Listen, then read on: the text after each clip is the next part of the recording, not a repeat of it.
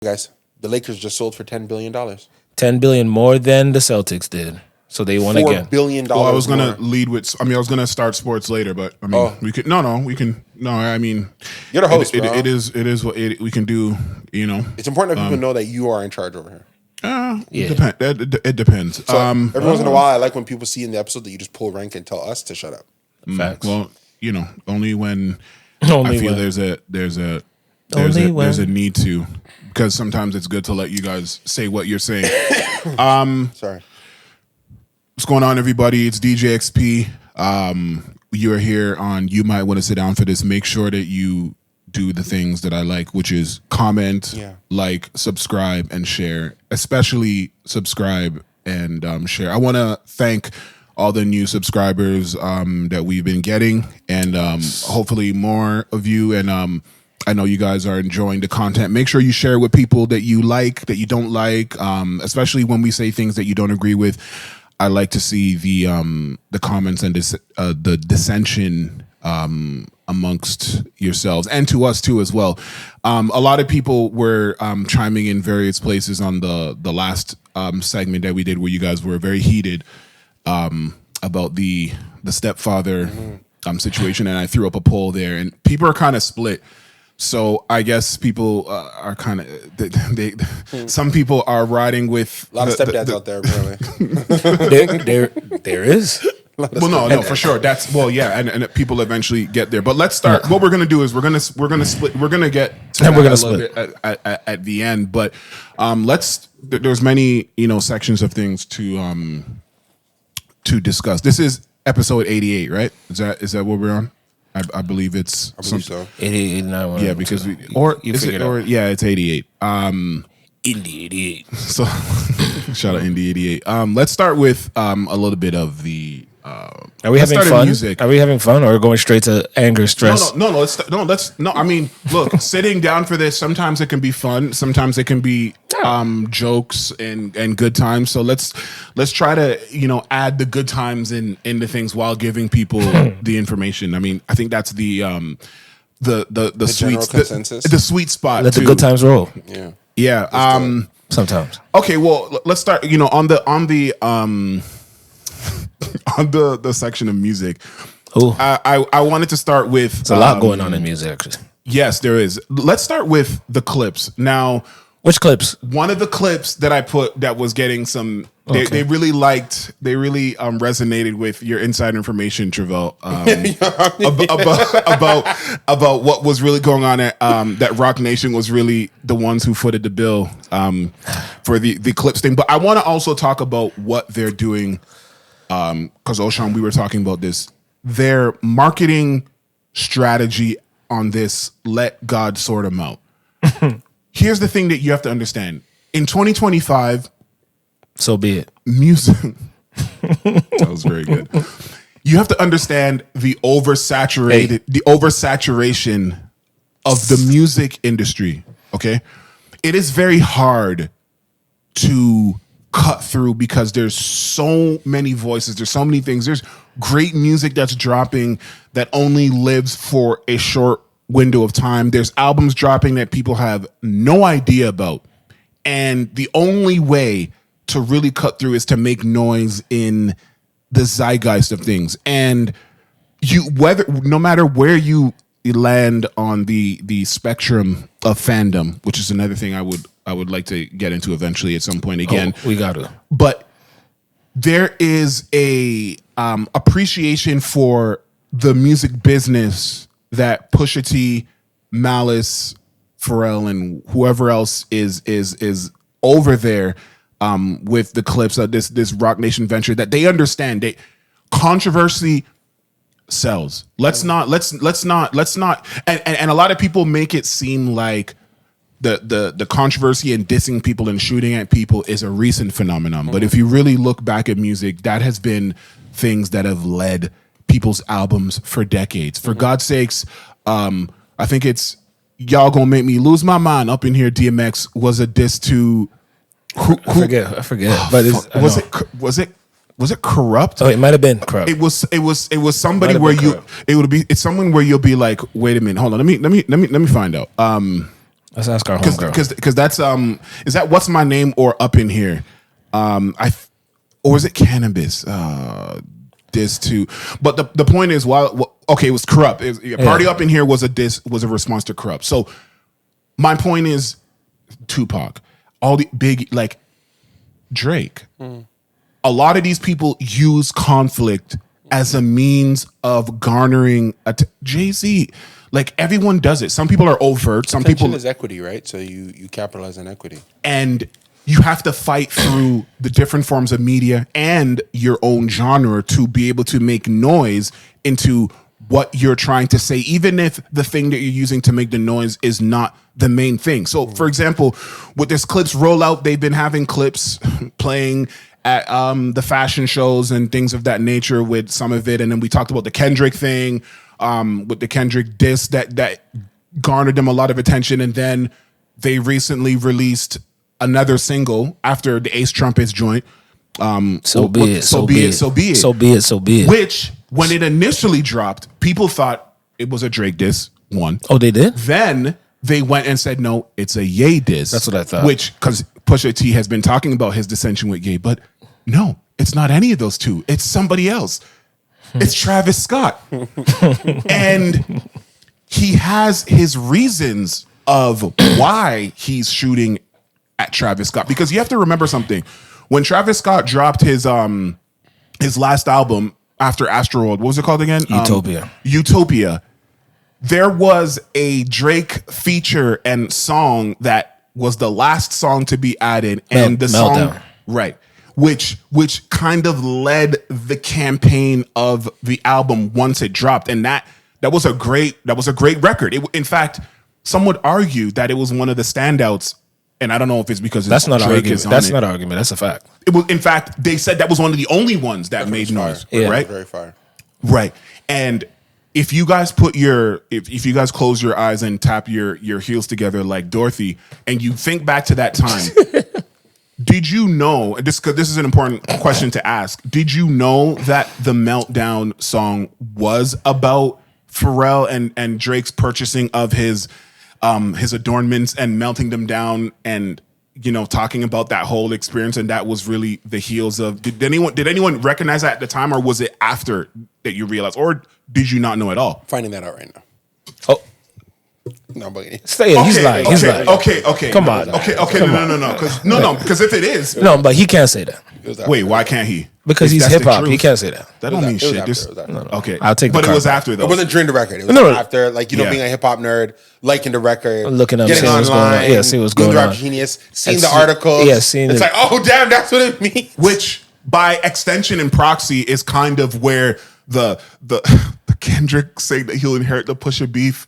The Pusha T, whatever. Pharrell, I inherit the beef because it was really a continuation. Oh man, so this is what there's so much to dissect from this based on. Go ahead, though. Based on Meltdown, because him say, I didn't even because I remember that. Yeah, Kendrick said that. Right, and Pusha T's issue, That's right? Crazy. Pusha T's issue with Travis Scott, who, remember, they worked on songs together. He was on Good Music. They were a team, a family, led by Kanye and co. Right?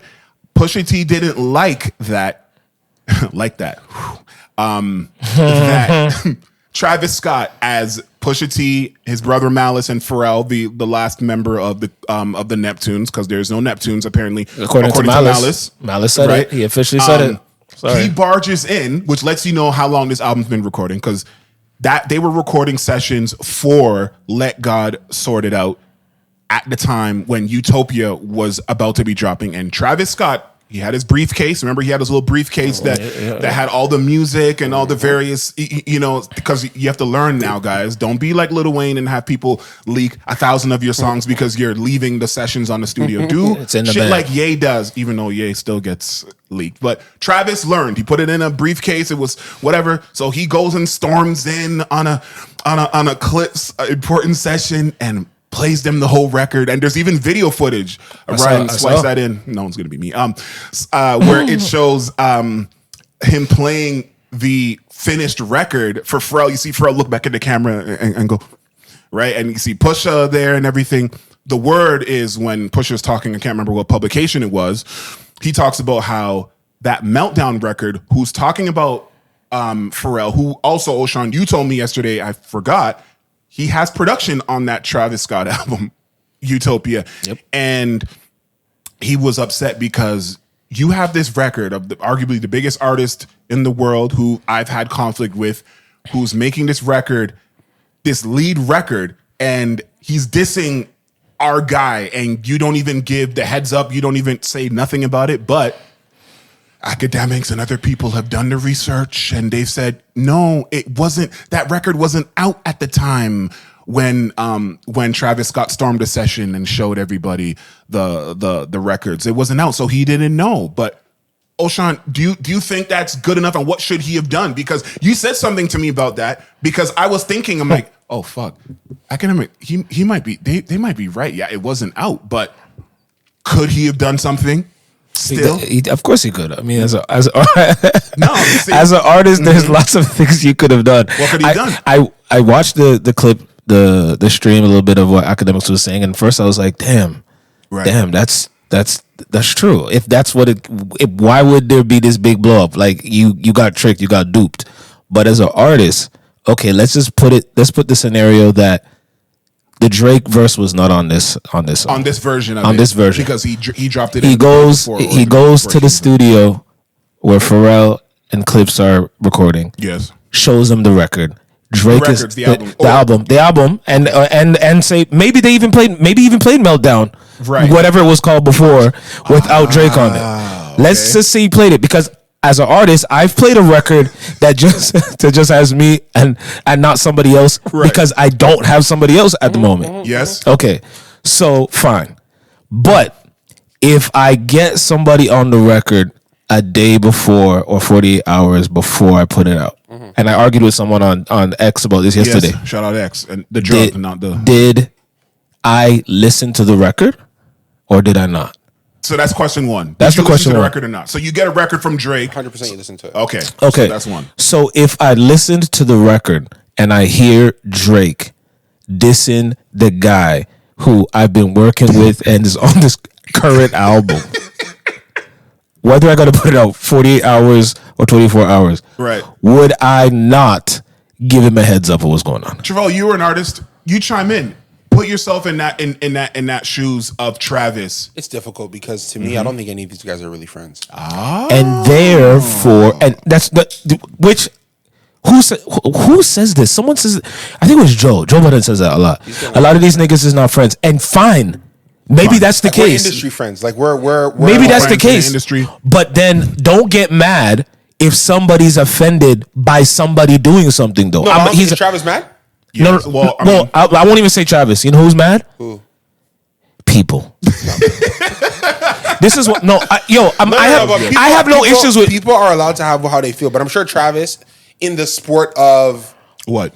Music, in the sport of the enemy of my enemy is my friend, in the sport of I'm trying to get on by any means necessary, bro. That's it, bro. But let him continue. But I just want to add. I just want to add. Like gone are the days. Oh boy, days of our lives. Not like we came up in an era where even in fighting, I'll run a lot of parallels. Like in music, it used to be if a dude broke in with somebody, that's his man. That's the guy who's making all his music. That's the guy who's making all his beats. Sure. That's the guy who's in the studio with him consistently. What's the last relationship that you know of that's like that in music? Of what? Of what? That they stick together no matter what? Yeah, it's clear, true, strong. Drake, 40. Drake, a Boy 16 Wonder. years ago. 50, yeah. Oh, you talking about are you talking about new ones? Is that what you're asking for? Give me a new one. Metro, Future. Yeah. No. Turbo Gunna. Turbo Gunna. Okay. The Dream Beyonce. Too old, but I got you. Okay, but Billie Cyrus. Billie Eilish and her brother. And her brother, freaking flesh and blood. But people turn their backs on their brothers. Oshan, DJ XP. Well, of course. I'm more so saying that it's not as... I feel like when I was growing up listening to this lovely music genre I love, bro, it was like a thing. Yo, this is the artist, but he rocking with that guy to the end. Well, yeah, hip hop started with DJ and a producer. I mean, a hip hop artist and a DJ / producer. But I know, like Jay-Z's man's Guru, Jazzy right? Jeff, yeah, Young Guru, yeah. Bro, I didn't know who that was, but I'm like, yo, he there somewhere. I knew he was in the studio. Yeah. You know what I mean? It's just funny that you said that because I was watching Memphis Bleak on His new podcast on the Breakfast Club yesterday, 2 days ago, and he literally said, "It's just when you said that, that's fucking crazy." He literally said he was so down for Hove that as soon as Rockefeller was done, he was done. He didn't want to go to anybody else because he rocked with him so much that he didn't want to switch. He said, he's like, where am I supposed to go join G Unit? Oh wait, I'm supposed to go join. Like he started saying these. He's like, no, I just said forget it. Like if my man is not, if we're not doing this, then I'm not doing it. Correct. I'm like, that's done. Man's are trying to get their bag. A thousand times. A thousand times over. Click to click. I gotta eat, bro. Okay, so tie that in with Travis Scott. So Travis is at a level. It's like, yo, the biggest artist in the world just gave me a record. He chose to come at you. I'm sorry. Gave me a record again because he's had records with Drake. So that's no, but okay, and then I want to recreate that because Sicko Mode was such a huge record. I agree, but also, I'm also going to a level of we don't know what the backline business is, right? Correct. If Drake gives him a break on the price, yeah. Which I told you, I think it's free and it's just the splits later. Or is Drake saying, yo, hold that, but here's what you got to run me on the back end? This could be that. I do not have the authority. Okay. To go back to Drake and say, we can't use this one. No. That's not what I'm saying. No. That's not what I'm saying. Then I see how mans get, especially because, like I said, I don't think these guys are really friends. Yeah. I ain't got to tell this guy nothing. What am I, his woman? Go. What am I, his child? And that's I'm going to go check for him for what? He's a grown man. I understand. He probably rocked with a shorty I don't like. He probably linked but up. This is what it might not have been on record, but he's running around with EXO. I know, but here's the thing. I'm from Houston. These Virginia Beach boys doing this to me. We're gonna talk about this more in the show, but it's this illusion. Everybody thinks if they hang out with somebody, if they have but they feel that they're friends. No, we drink and smoke hookah together. We feel like we're friends because the thing is, maybe you haven't experienced it, but it's like a thing where you rock with someone. Maybe you go out with them a lot. You've done this, that. You play video games. You guys have shared stuff, and then all of a sudden, out of nowhere, they do something, and you're like, "Wait a second, I have been there." I would never. And then they're like, "Wait, but why did you think that?" No, I've been there. That guy tried to kiss my fiance one time. You feel me? I was there. You know what I'm saying? I've been there. Like, I really know what you mean. I was there. Hold on. I really like that. I thought we was cool. I don't understand how this happened. I think I have the best way to describe this. You're not getting it. It's not clocking to you. It's not clocking to you that I'm standing on business. And let me tell you why I played that. First of all, shout out Justin Bieber. Because if Travis Scott was standing on business, he would have told Pharrell. Because why can't I tell? No one is saying, stop. No one is saying. Stop. What year did Utopia come out? Time out. What year was it? Tell me what year it was. Somebody tell me the year. Let me check, man. Somebody tell me the year. Look at everyone getting silent. We need a fact checker. We need a producer, yo. I am a producer. No, I mean like somebody who's like not on camera. Yeah, Ryan. No, that's not the producer. I mean somebody in 2020. I think it's 2023. Wait, Ricky will do it. 2023? Is it 2023 or 2024? You pay for Chat GPT. Can you make it? Can you bring it to use? Because I see he got nominated for some awards. Yes, all I'm gonna say. Anyways, 2023. So yeah. So I'm gonna say is this is Travis also coming off of the Astroworld disaster, bro. Wait. Was this before or after the Astroworld disaster? After Astroworld is 2021. Yeah, that was after. That was definitely after. So it's like I'm at a point right now where July 28th. Got it. A whole bunch of y'all probably turned on me. Y'all probably said some wild stuff to me. Yeah, for those watching.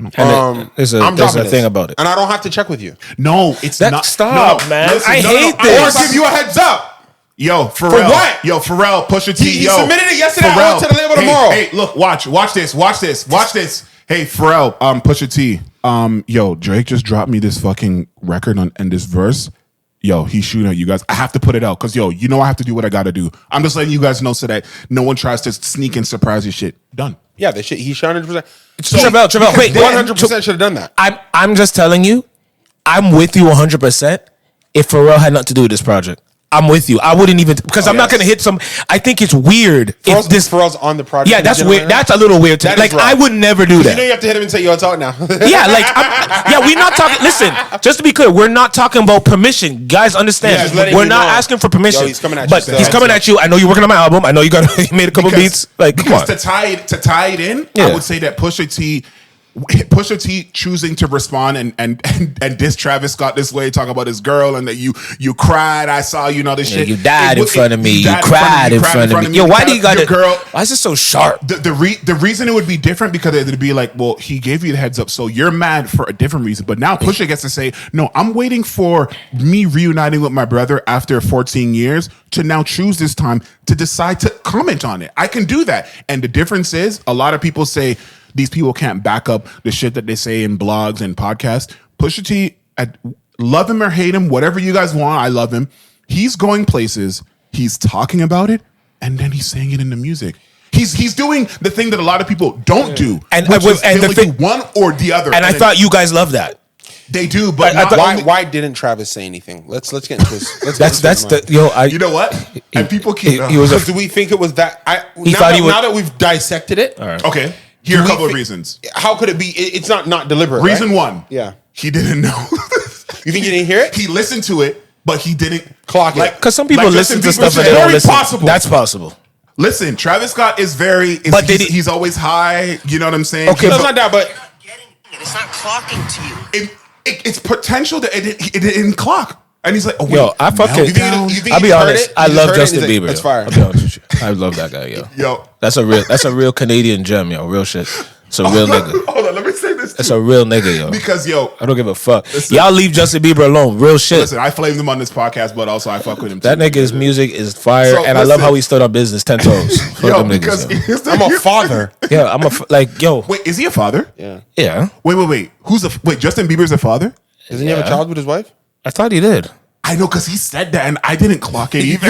Was he lying? No, because not everybody don't have to put their kid in the camera for it to be a fact. Because I was trying to think about that, but anyway, the point is that I think he did say he's a father though. Well, he did. No, he did. He say said that. it. He did say that. That's not. We're not debating. We're not debating. We fact checking right now. He has a kid, man. So anyway, with Travis, one child. Okay. Yeah. Wow. See. So. Sorry, your question was what are the other reasons that he possibly did not tell them? He didn't clock it because he didn't hear it. He didn't book it. But here's the question: who decided to call it Meltdown? Because that's a direct Jesus. Because if Drake sent it with 40 and they said, "Yo, the track is called Meltdown," Jesus, and whatever. Christ. But then, did Travis not send his parts to Drake? Or is Travis lying? Or Travis could be lying.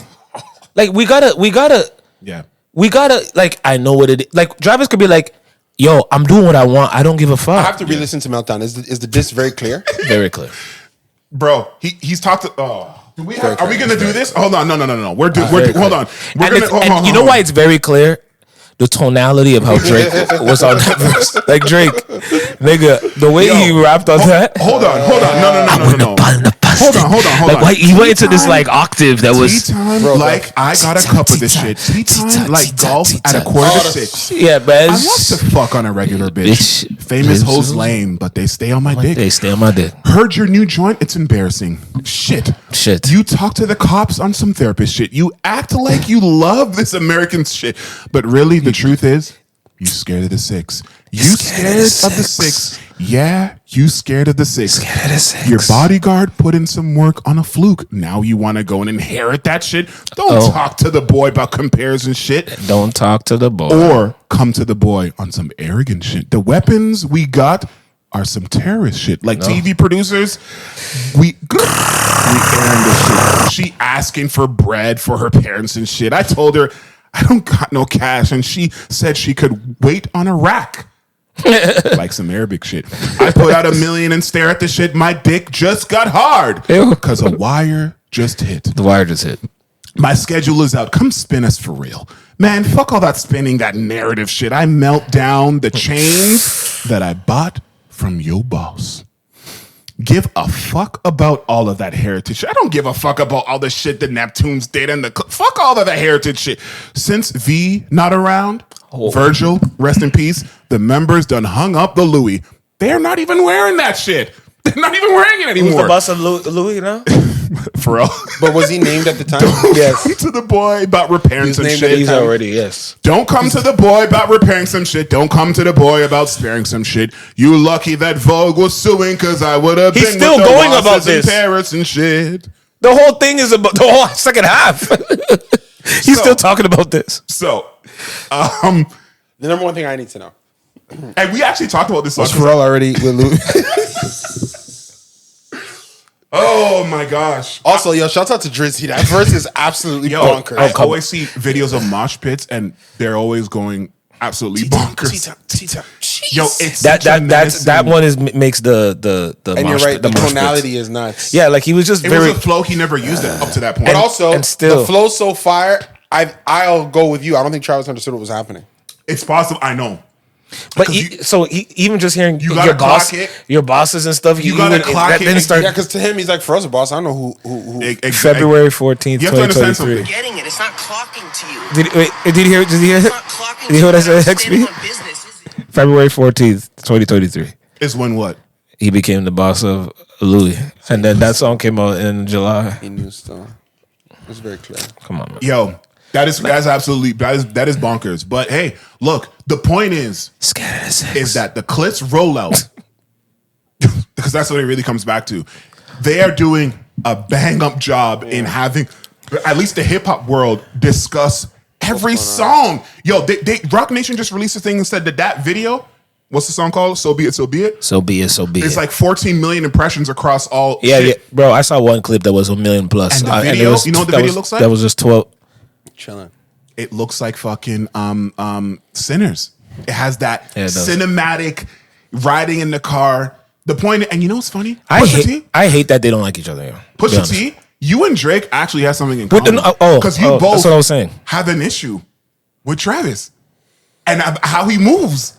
It's the same, just a different side of the coin. I think we were robbed of not having a Drake and Pusha song. I'll be honest. And that because that should have happened already. I'll be honest. Just think of the belt. Just with how they both move as men. Just think about them. They wouldn't get along. Clipse. I know, looked but up to Clipse. So what? You know, I don't gotta get along with you to make a. Oh man, you got. Yeah, but we gotta chill. I couldn't even see them being out socially. I don't need to chill. I got you.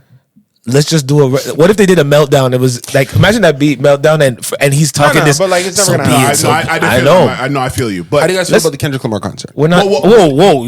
You know what? I would get up and shake your hand, but I'm not gonna do it because I think my butt was showing last time. But what I will say is that is where I wanted to actually go next because it is because I've heard some information about it. So for all of you, before you go into the music side, I just want to say we live in a world where a politician apologizes to a musician. But we're gonna even get we're gonna get a show exactly. So let's digest the concert, and people might ask why. Because we're from Toronto. This is a Toronto-based no one asking that. Podcasting people. We're doing what we want. Everybody else gets to do what they want. I see online everybody doing what they want, yo. 1,000%.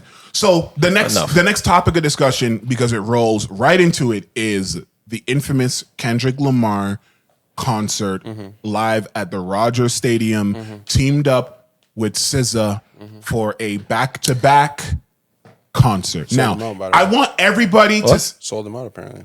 Yeah, but after they were reduction of ticket prices and things of that nature, but it doesn't matter. A stadium of 40 something is still a feat, and I'm not going to take away anything no matter what the people say, because these people can't sell out anything of anything. The only people that I ever want complaining about show sizes and missing seats are people that can sell something comparable to that. And if you can't, I don't want to hear from you. So that's I want to start there. The second thing that I want to say is I want to hear everybody's opinion and feeling of the concept of this concert that took place 2 nights in Toronto. Because there is so many different things that I've been racking my brain around. I've been hearing, once again, academics. I've been hearing other Canadian institutions. I've been hearing other American institutions. Everybody chimed in about what they felt about it.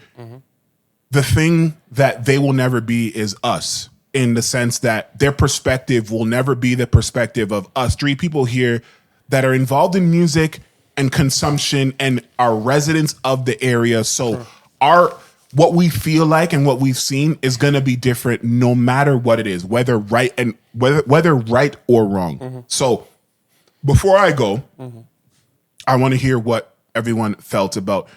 Someone was actually hitting me up to go to one, and I didn't end up doing it for maybe I was just like, nah, I just can't do it. I don't know. But I want to hear everybody, and if I have something to say, I will chime in, or I can start whatever it is. But I want everyone to speak about it because it is an important.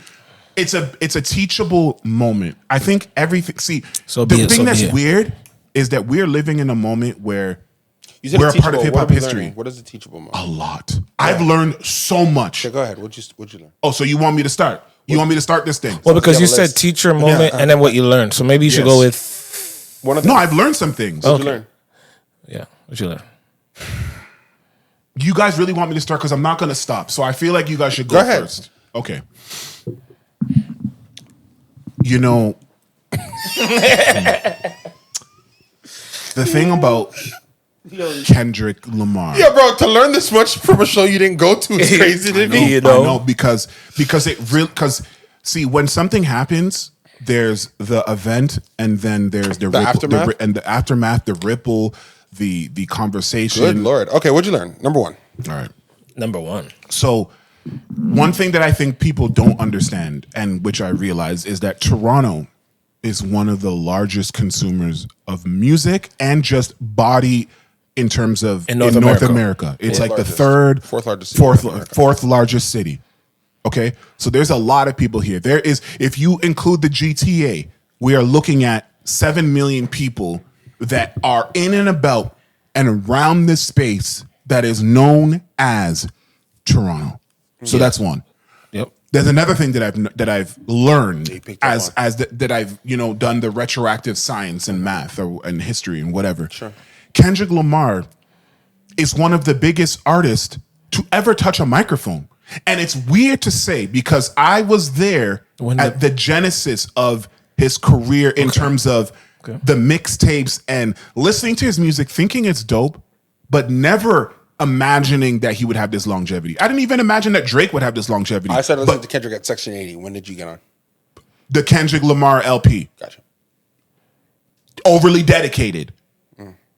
Do you understand what I'm saying? So I can understand why it's very surreal for you as well. No, it's not surreal in like oh my God, I can't believe it. But it's like wow. Oh, wow, he's actually still here and bigger than ever before though. And that's the part that people keep a lot of people missing that part.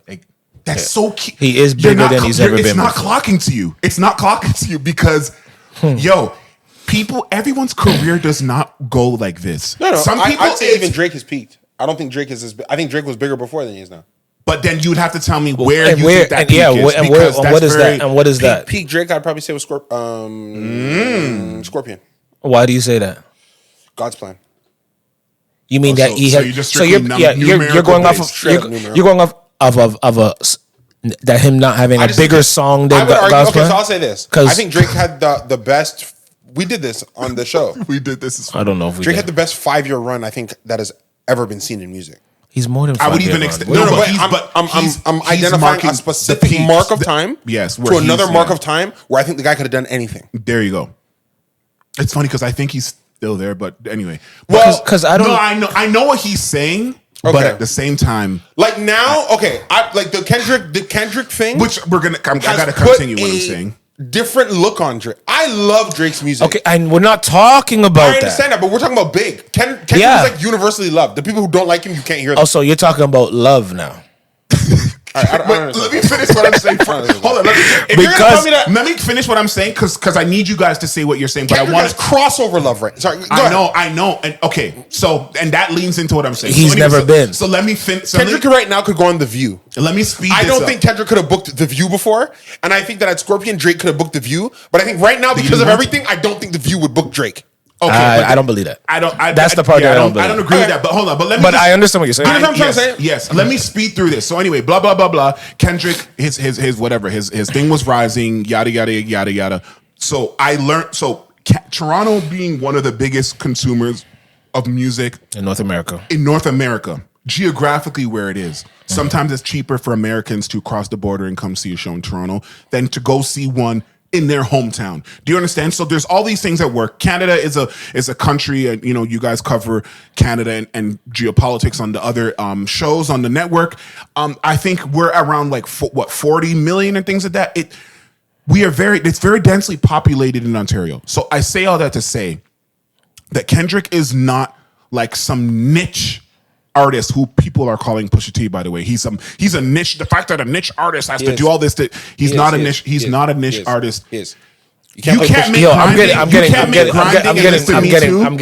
You can't make grinding and Mr. Me Too and call it a niche artist. You can't. No, you compared can't. to the crossover factor of other of who? Oh, but that's what. So is that what we're doing? When you have to, when you need, I'm gonna say something else, and then I'm gonna stop talking. All right. Before Beyonce, Jay-Z was a niche artist. Yo, there was somebody you said you wanted I hate him. to replace him. Yeah, I hate. I truly hate you. Actually, can you? Before Beyonce, he was a niche artist. He was one of the biggest rappers. I don't want to do this. I don't want to do this. Okay, Eddie, I don't want to do this. Okay. So go ahead, man. Okay, I don't want to do anyway, this. So my point I don't want to do this. My point is, he was big to us. To who's us? Just the three of us? No, I'm saying to our culture, but how much people are in the culture? If you really, I don't like when you guys minimize the culture. That's what people do. I'm gonna do it another way then. Okay, then we're gonna get back to it. Quick. I'm gonna do it another way, and then we get back to it. Okay, go ahead. Tell me when Jay-Z was the biggest rapper in the world. What year was Jay-Z the biggest rapper in the world? I love Jay-Z so much. What year was it? I'm gonna be so biased. Just tell me the year where he was the biggest rapper in the world, Brooklyn, or the run of years. Wait. No one was bigger than him when he did. What year? New York. I don't know what year. Tell me the year, Empire and I'll tell you someone else. Who? Okay, we gonna say? Tell me Wiz the year, and Khalifa? I'll tell you someone else. 2009. 2009, you have is Jay-Z being the biggest Empire rapper. State. No, he's just talking about it. He's relegating it to a single. And Niggas in Paris. Yeah. Is 2011. So between 2009 and 2011, yo, I hate the biggest. I know. I hate that thing. You're an artist. Because he's been up the whole time. That's the difference. And that's why I'm saying he's never been number one. But okay, if you're number so one, disingenuous. Travell, he's never been number one. All right, so can I say which is an indication yo, niggas relax. No, niggas relax. If a nigga's a number one for 5 years and another nigga is top 5, top 3 for 20 years, we're gonna say, whoa, this guy was number one for 5 years. No. We're saying that he's biggest. Sorry. Your question, we started out with if Jay-Z was a niche artist at any period of time. And then wait, is that what you said? No, you just said. I'll tell you no, why, that's I'll tell you why he wasn't a niche out, artist. No, I'll tell you. We started out saying he was a niche artist when he made fucking his first album. Did Jay-Z exist in large and massive? So he's until he dropped. I would argue has been top when he dropped for 20 Travell, stop. When he dropped It's a Hard Knock Life, he was no longer a niche artist. Travell. When he Grammys, he's done a lot. I'll explain why he's not a niche artist. When he dropped Hard Knock Life, he was no longer a niche artist. I'll tell you why he wasn't a niche artist. He wasn't a niche artist. When was he the number one? He's a niche artist, but he did an album with Linkin Park. Go ahead. That's when he was the number one rapper in the world. Gimmicks. Hip hop. Gimmicks. The way. Look. All right, I'm playing. I know. I'm sorry, We'll do it. We gotta do it. I get to it. We gotta do it, man. Fuck it. I'm trying to get hate mail. Yeah, man. Fuck People it. be getting at me. And as it should. Look. Rock Nation. Crumble. Look, I'm gonna say this before we continue. Anyway, the point is that hip hop wasn't even allowed to be niche because it was put in the zeitgeist because labels didn't even have room for niche up until the 2010s when the internet exploded and blogs and mixtapes and all that shit. But anyway, the point about what I was saying about Kendrick, because we gotta finish this, is that people don't understand the scope of the artist he is. So if you have a bunch of diehard Drake fans that love Drake, who love a lot of other artists, who did not appreciate what Kendrick's main message was on Not Like Us and on Euphoria, where they took it to heart that he was actually getting at the Canadian Toronto culture, whatever it is, whether it was the use of Crody, whether it was the use of talking about what he did to run to Atlanta, whatever part of it that you looked at as that, there's enough people who don't give a fuck about that stuff, who don't care,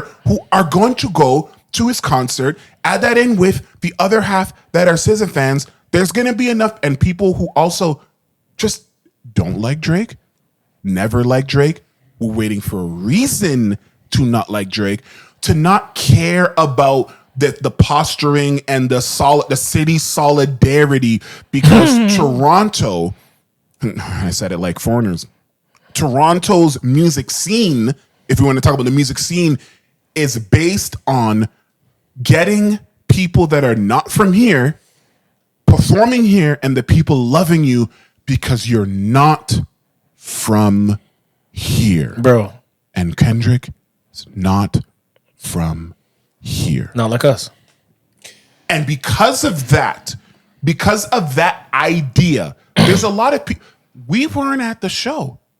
We all like Kendrick, but we also understand the optics and the sentiment of going there to just love whatever's going on, even amidst of the overall messaging of what it is. I know a lot of people don't care, and they might say it's loser. Like even with the Jagmeet Singh thing, they're laughing like, "Look at you, look at you worrying about what another nigga's trying to tell you where to go to like enjoy yourself." But the thing about the Jagmeet Singh thing that you brought up in jest is early, right? I understand the sentiment, and then I'll pass it to you guys and then chime in. But I understand the sentiment of Drake calling him a goof, right? Because at some point in this conflict, right? I respect right? At some because point, people are goofs. Yeah, and I'm just talking about the term. Just the term. Just goof. like a goof. At some point in this conflict, this is goof, man. There was a transition in hip hop and in this conflict that erupted and kind of metastasized into sports. And as you know, when it comes to sports, hip hop. Yes, when it comes to sports, there is a certain loyalty that people expect, especially if you're a lover of football. There's people that are from a specific area. Is that Cleveland? No, it's no name, but a name. Cleveland. When you are somebody who is from a state or from a city or whatever it is, no matter if you love the person on the other side, you're from that place, and there is an expectation of still riding. Couple that with the fact that Jagmeet Singh is a Canadian politician, whether he's an Ontario-based or not. It's NDP, it's Canadian. There's still an optics of just riding with. That's why you're wearing that color. Well, no, I mean, he's out of work. Yeah, riding with and siding with the Canadian side, no matter what, because they've made it this sports thing. They've made it about statistics. They've made it about where you're from. They've made it about these things. So I understand why he would feel that way and call him a goof to where Jagmeet would have to turn around and say, "Yo, I apologize." Because, you're a public figure. So you're not a regular person. I'm not even talking about the regular people in this instant. It's like, you're a public figure and you're representing Canada technically. So I get why you're supposed to ride for the home team, whether we're right or wrong. If we have disgruntles and shit to kind of discuss on our own, that we can do that on our own. But in terms of the public, perception, you got to ride with us. And I understand that. I also understand Jagmeet saying, I wanted to be there. I love SZA, whether that's true or not, because there was other footage apparently of him dancing. But anyway, there's other things to say about the optics, but I want to hear from you guys about the optics that everyone sees and just the optics of the two back-to-backs in our backyard with somebody who apparently says that we are not like us, because that's it's contingent on that understanding. I just have one commentary to make. I had a friend of mine. He was at the concert. First day or second day? I don't know. Oh, he sent pictures and stuff. That's important. And I said, "My God, you're a traitor." Like I was, Yeah. He says, "I'm from Hamilton." Ding, ding, ding. And going back to what we talked about that's what Shay said. Yeah, bro. Like, do it for the six. I'm from Hamilton. Going back to this, how monolithic our entire city is, in that people claim Toronto, but they are really from other places. Like people descended upon Toronto for this concert from a vast multitude of places that are in the surrounding areas. That I'd say, if you go an hour and 10 minutes in any direction, you had people probably from those corners. There you go. Getting their hotel stay or making the drive and doing the show. Parry Sound. Then Algonquin Park. Then it speaks to what you're talking about. We're an incredibly wide array of people who don't fall into the allegiance of hip hop politics. That's another thing too. The Drake Kendrick thing is hip hop politics. It is at its core. It's not like, because nobody will think I go to this Kendrick concert means I don't go to the Drake stadium concert when it comes, or I don't go to the Drake OVO Fest when it happens. Some people think that. So people aren't down for it like that. This whole thing of y'all can't do, this is like in the small corner of hip hop politics. Yeah. And if anything, I'm happy and excited that he was able to come perform, that nothing happened to him. Yes. And he was able to leave safely. That's what I'm proud of. Okay, that's what you because you know how terrible it would have looked on us as a city. Think of some of the violent places in the world: Chicago, New York, where people were running into each other in Brooklyn or whatever, and having fights and shootings and stuff. Granted, he's one of the largest artists in the world, so his security was probably through the roof. But I'm happy that he came and left without incident.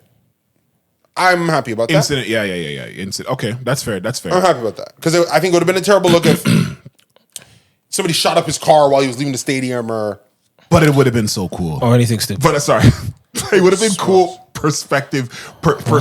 No, okay. Let me explain what I mean by it would have been cool if there was some kind of conflict, because I want you to comment on it, because there's already this perceived notion of Toronto and Canada and everything being soft and being malleable and you guys just go with the flow. So if there was some kind of conflict, even if it was just a light thing, like if New Ho King, right? If everybody was there and someone like came over there and like smashed like a glass on the floor when they were singing Not Like Us, like I feel like people were like, okay, these Canadians, y'all, they got some backbone in that thing. But it didn't happen. It just made us look like we blow where the breeze goes and like we don't really care. Like we're just happy to be. Remember when The Rock was making fun of Canada when he came here? Well, we're Canadian. We're just happy to be a part. I think that's the thing that's kind of extended to where, and Oshan, you also say that you don't feel like that would happen in other regions of their supported stars would happen the same way in which the Kendrick thing, the way that it played out here. Would you like to expound upon that in any capacity? Man, and you can do it with tact, or I can, I think. Let me start by this. I'd rather do that than let a Canadian nigga make Pac turn in his grave. Yo, you guys are going crazy today with the lyric readings. I love it. See, here's my thing. And that song was Euphoria. Okay. Here's my thing. Yeah. And I think Euphoria is dope. I like what you said with the parallels with the connections when it comes to sports. I like what you said. That's cute. I like that. No, I like what because you know what? That is the problem with hip hop.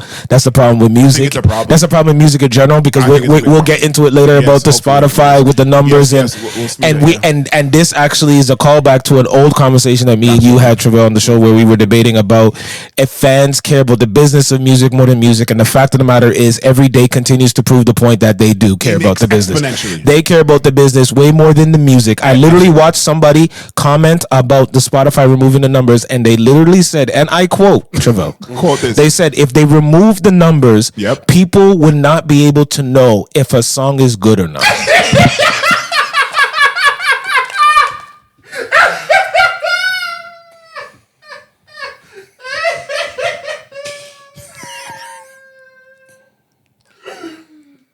Yo, because how do I know how I feel if I don't know how you feel? I thought people pay for fake views, by the way. Oh, on everything, views, followers, all this, comments, everything. Because the social conversation is a conversation. So, because people care about what something looks like, that tells people in today's market if something is good or not. If it has a lot of views, if it has a lot of comments, then they think it's good. They won't even click the fucking song. Okay, so the conversation about music and sports is where I come with my own analogy and opinions and if we all are gonna look at this like sport, since that's what they've been telling us. Yep. Back in the day when we was little, I watched Vince Carter leave the Raptors, right? Got traded. And he went to New Jersey, and the first game he came to Toronto. Do you guys remember that kind of scene that was happening? Booing the absolute daylights out of him. Okay. So Canada was united there. Toronto was united. In booing Vince Carter. In booing Vince Carter. Right? Very united. No matter what Vince had done for them prior. So Toronto does have the capability of uniting on something that they going against or showing a sense of unity of pride, or whatever, or this hurt about something. Yes. Right? Anytime there's a junior or an Olympic game with United States versus Canada in hockey, or against Russia or whoever, Canada's very, very, very united. Right? Toronto, very patriotic, right? Team Canada soccer, very patriotic. Very, very patriotic.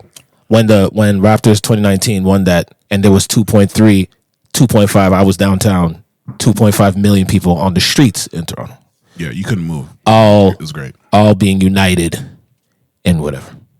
So we as a people do have the ability to do that. So if we're looking at it as a sport, yes, which I think that it is. Yeah. Music and sports. So we're looking at it as, a mix. Yeah. If Canadians, Torontonians, whatever, GTA people, if they truly felt like the Kendrick record was not only against Drake, but against what he stands for from where he comes Where from. he comes from, by extension, yep. It would have been a very, like I know you said that was a little dramatic, but it would have been a very interesting sighting. Yes. If people went to the show. Yep. Still, because they like the Went to the artist. Kendrick show and money chase, hallelujah. When the but the one gun lasts forever. Right? Mm-hmm. Swallow up. Looking for the broccoli, hot meat. All you just want to get it, got me, right? If they did all that stuff. Man cool. Down, where you from, my nigger? Matter of fact, Poetic Justice, because that was played. You know what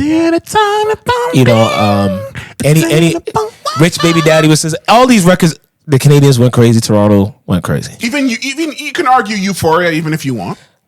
Maybe you can. It starts early, but wouldn't it not been interesting if because as an artist, I've performed before. Mm-hmm. Say I performed 10 songs. Mm-hmm. They don't all jump up for every single song with the same energy, gusto. You know what I'm saying? The same attention span. You know what I mean? Some are bangers, or they're just listening to it, or they don't know the song they dance to. Bro, I think it's very interesting if Toronto as a whole in that arena chose to. Yeah, but they don't think. Hold on, no, but let him land it. They chose to for that particular song. By the time, pam. And by the way, the bigger record currently for him didn't play yet, so they could have been like, hurry up and get to the song that we want to hear, which is Luther. Yeah, right. That's a bigger song for him than right now. I'm talking about right now. The bigger song for him is Not Like Us. We're not talking about career wise. We're not talking about career wise. Even right now, we're talking about right now on the on the Billboard charts right now. The song that is everywhere currently today on radio. Currently, that's not on radio right now. Okay, so Luther is. You guys have officially entered music territory where I feel underqualified. So, but this is no underqualification. Are you following what I'm saying, or are you just gonna go? Are you just gonna go off the wording that I just said about bigger records? I am talking about the show is almost done. There's about 2 or 3 records left to go. Yeah. They still some artists have like the last or second last song is still not a song that a lot of people know. They kind of go to a very like. You know what I mean? Like a slow, a lot of people are not really connected to what that song is, but they know it's close to the end of the show or the show is about to end.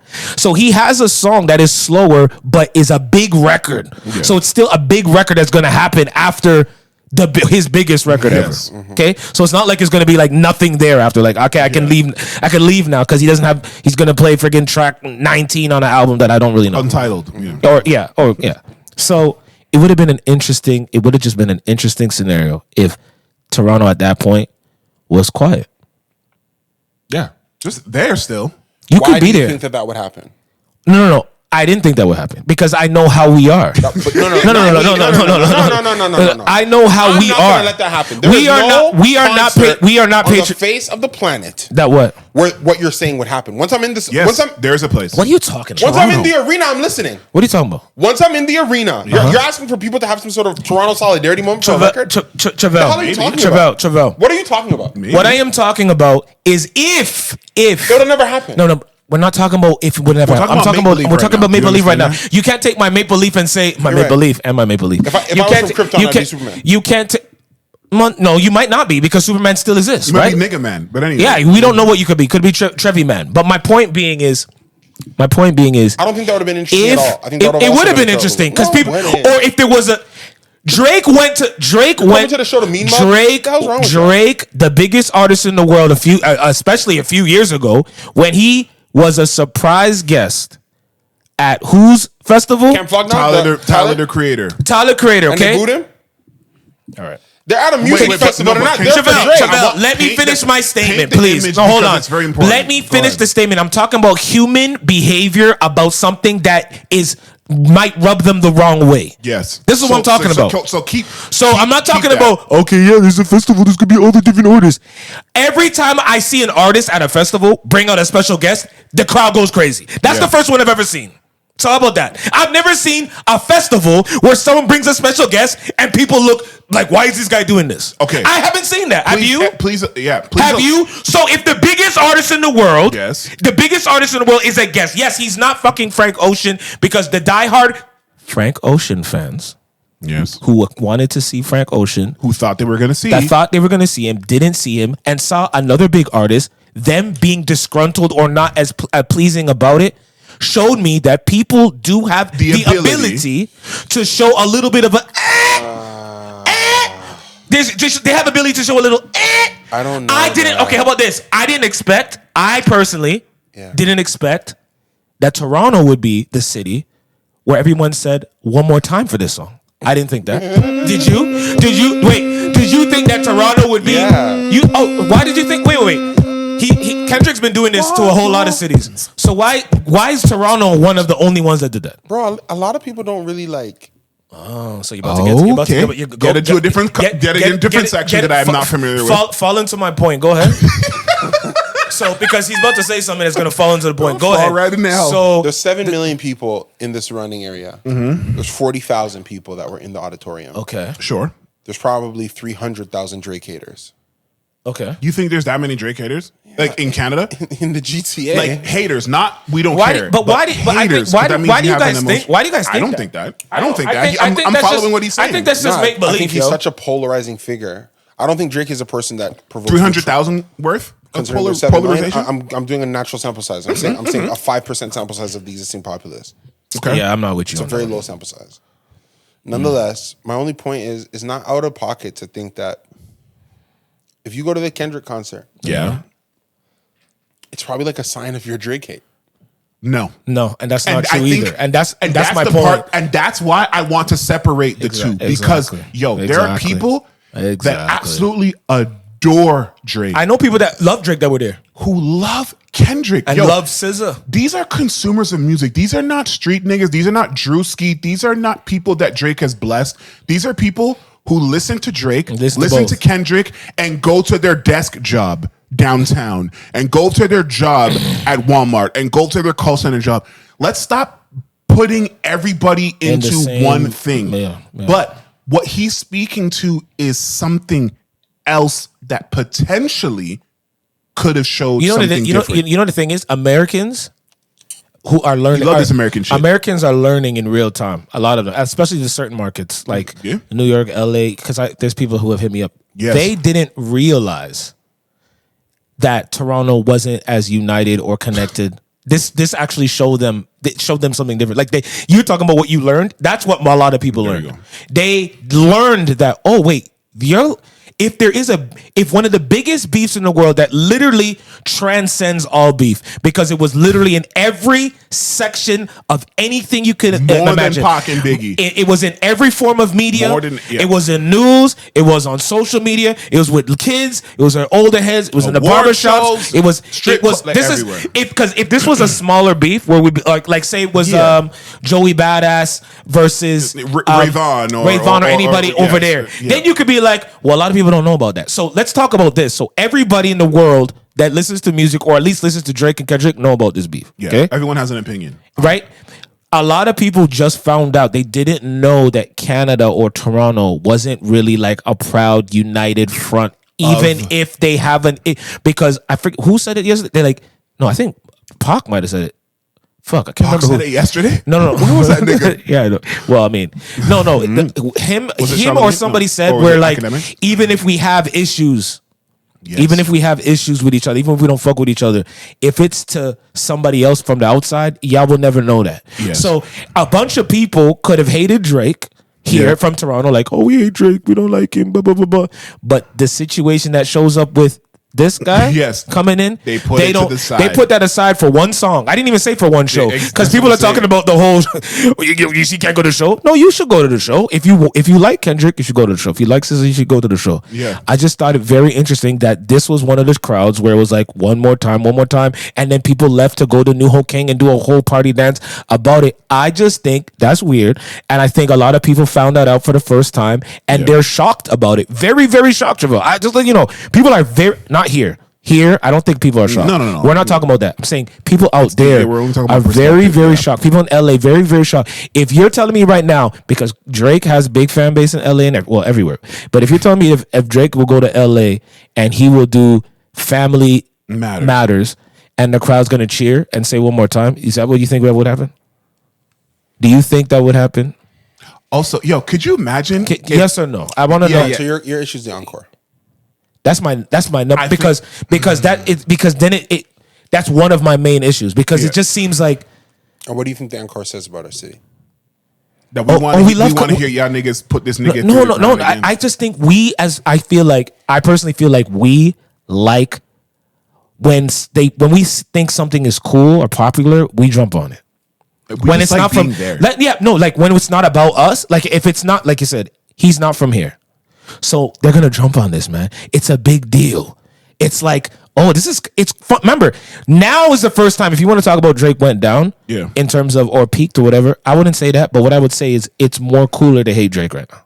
It's more like, it's more accepted. Like it's more accepted to hate on Drake right now. If you say, fuck that nigga Drake, there's going to be, out of 10 people, there'll be somebody over there that'll be like, yeah, man, fuck that nigga, man. Like he corny or this or he did that or did. It's cool now. So what? You think all those people that went to New Hope King, you didn't think that they would go viral for doing that shit? I personally think so because we want to be in the conversation. We're just happy. We're Canadians. We're happy to be there. Yeah, that's exactly what happened, man. You understand what I'm saying? Like, what are we? Come on, what are we talking about? If Drake showed up at that show, right? If Drake showed up on the stage, say all of a sudden Kendrick just brought out Drake out of nowhere. Would the crowd cheer or would it be mad? Because like what would happen? If I was in charge of the game, I would do. This is the type of things I'm thinking about. Imagine he just goes poetic justice and all of a sudden Drake shows up. Since we said 5% of the people hate Drake, would there be people at that show in Toronto booing Drake that just popped up on the stage? That's actually in Toronto. That's such a good. These are the things that I don't believe because you know what? Even if you think that, I think they wouldn't. No, they wouldn't. They wouldn't. They'd be like, "Oh my God, yes, Drake!" And it's like because they just want to be a part. They just want to be a part of the conversation. You know those girls that get the glow up and then they're just happy to be in the conversation. They're happy to be at the party no matter what's going on. That is it. I just think it's so. It was such an interesting display, and you know there was a rumor that was going viral today. Whenever this is airing, that apparently Drake was trying to get Kendrick's 2 stadium shows canceled so that he could, wait for it, have OVO Fest there. And he dangled that in front of Rogers and they said, no. So I asked the people, I said, so you thought that Drake out of the 1.5 billion OVO Fest that he's done his entire life was going to now do it in the middle of spring? He wasn't going to do it. That's not true, man. People just make up whatever they want. And that's man. my point. And there's people in the comments that are saying, yo, I work for this and this. And this is very true. I have it on good authauthority and 1,000%. Let me tell you something. Anybody that says, by the way, guys, anybody watching, anybody that says on good authority, they're lying. And you know, he also said, the person also said that Roger Center said, Roger Center, this guy. We good. He said, Roger Center, the establishment said, we good. Yeah, the whole boardroom of suits. Billionaires looked and said, no, we're good to Drake. So let me get this straight. Like, you think that Drake came to them and said, yo, don't have this nigga's 2 sold out shows here that's going to make you guys all this money. And I'm going to, in return, have OVO Fest one day? Like, what do you, what does that even, like, and because of the state of affairs of how people are looking at things, they're believing, they're even giving it credence. People believe anything. The internet, it's just so sad. No one does research. Nobody, and even if they did research, if they couldn't find the answer, they'll say, "Well, I saw it online." I saw it on WhatsApp. I saw it on X. This guy, Bob George, at friggin' Columbia said, "This is what it, like." People don't care anymore. They just throw names, and then the problem is a bunch of people when they see that. They just believe that. Yeah, and they go, "Oh, yeah, see, like, look at Drake trying to run the narrative. Look at him trying to control. He's running the narrative." It's like, yo, when you guys don't like, I think I told you this the other day. I said, "Yo, I want to talk to the people who are fans of whoever the person is, and tell me the things that they don't like about that person." That's what I want to see. Because anybody that talks shit about Drake, and the moves that he makes, they don't like Drake. People that make fun of the people that make fun of Kendrick, saying, "Oh, he's running this," blah blah blah blah. They don't like Kendrick. The people that are getting at Pusha T or this is clout baiting or clout chasing or whatever the case is, they don't listen to the Clipse. They don't like Pusha T. They like Travis Scott. Like this is just what people do. The people that talk shit about LeBron, they're not LeBron fans. They're Kobe fans. They're Jordan fans. They're not. They're not LeBron fans criticizing him. I've seen it. You guys can't lie to me. I get it. You talk shit about a movie. You talk shit about Tyler Perry because you don't fuck with Tyler Perry. Yo, I love Tyler Perry, but he really pissed me off with something. I rarely see Objective, that. That's like it's over for that. Yeah, maybe that was back in the day. Maybe I don't know. Changed, but no, people talk about what they hate the most because that's the thing that brings the most attention. But sure. But I get because that's what negativity brings attention. But I just think it was very like I said, I learned a lot of things during the beat.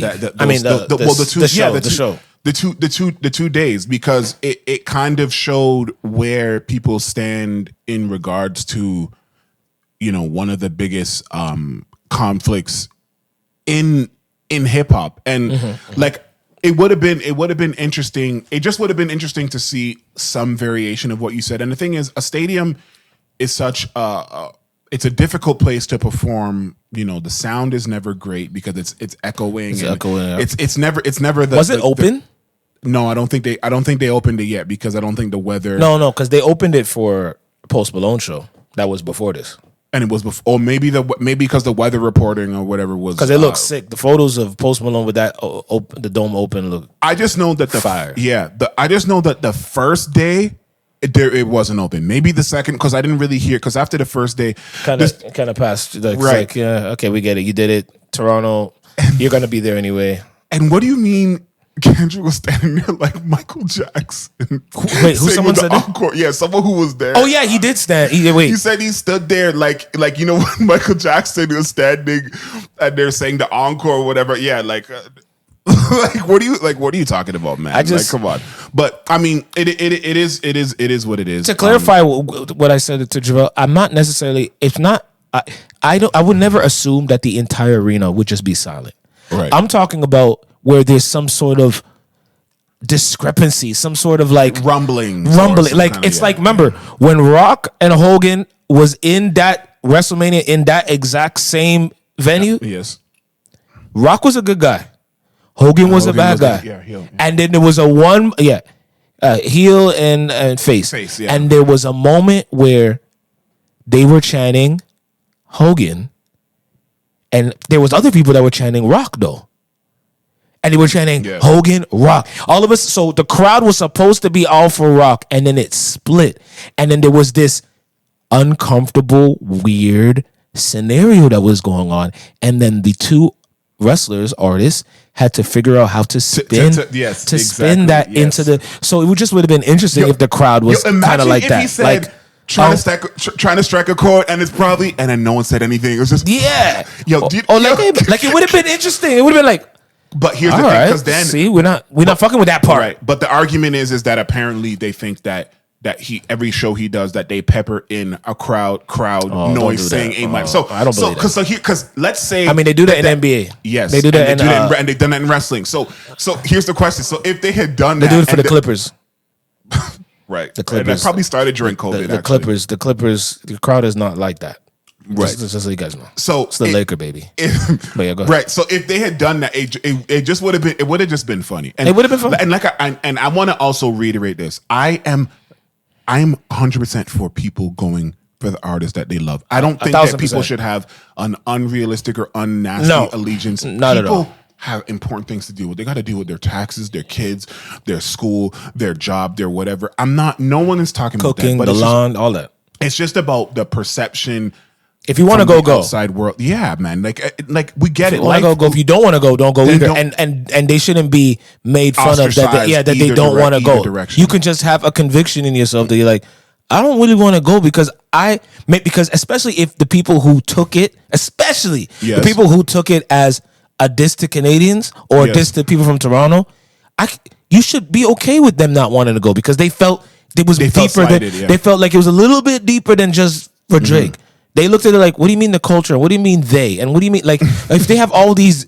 Maybe they don't want to go, or maybe they don't want to dance around during that time of the song. I mean, everyone should do what the fuck you want to do, but stop getting at people for their choices about what they want to do or not. I think that's what my only that's my thing, yo. My only problem is, but I hope everybody enjoyed themselves, and I hope now because. I think we might have made a checklist before about all the different things of the beef that had to happen. One was the Super Bowl, the Grammys, the pop up, and the BET Awards, which the pop up. And I do want to talk about the BET Awards, but that was a bonus one that we didn't figure. And then obviously the shows that he has here. So I hope after this. Because sometimes I listen to academics sometimes, and sometimes I agree with him, and sometimes I don't. Yeah. The parts that I agree with him is that I do feel like they, apart from obviously Kendrick performing the songs on his tour, I do feel like they, as individuals, I'm not talking about as their artist Drake personas, and Kendrick, that they do want to move on from this eventually. Like I don't think any of them are sitting home like, how can I benefit? One of them is not moving on. One of them is not moving on right now though. Yeah, that's what I'm saying. So the tour for Kendrick, after the tour, like I would have to. If I felt like he was really trying to extend it, the way that people might think is if Not Like Us was on GNX. But the fact that it's not lets you know that it's part of a certain era, and once it's done, it's like okay, let's move on to what else. But what if I don't? But I don't want to move on. What if I don't want to move on? If who doesn't? You as who? If I'm Drake, I don't want to move on. But then that's your prerogative You made the Super Bowl. Yes. You made the Super Bowl the highlight of that song. Correct. You made a music video. Yes. You made your pop-up show the lead of it. You made your Super Bowl performance, hinge on it. And you're running this with, you didn't put it on the album. Okay, correct. Cool. Mm-hmm. But you're winning all these awards. You won the Grammys for best writing, best rap, best song, best all this different BET. Like you just cleaned up so much with this particular song, and then after you finish your stadium tour, you're like, all right, so now I'm done with this. But he has been known to be the kind of person that moves on from eras in that way. For sure. But as long as if he's okay with Drake coming back, because Drake gonna come back. Come back with at this guy at some point in some way, but I don't know if it's going to be in a direct family matters way. Well, no. I don't mean like I don't mean necessarily like a whole just diss track called Dear Kenny or some shit like that. That's not what I mean. What I'm saying is he eventually is gonna come out with something like a Meltdown. You know what I mean? Where it's like a hit song, and a good chunk of this piece is gonna be about Kendrick.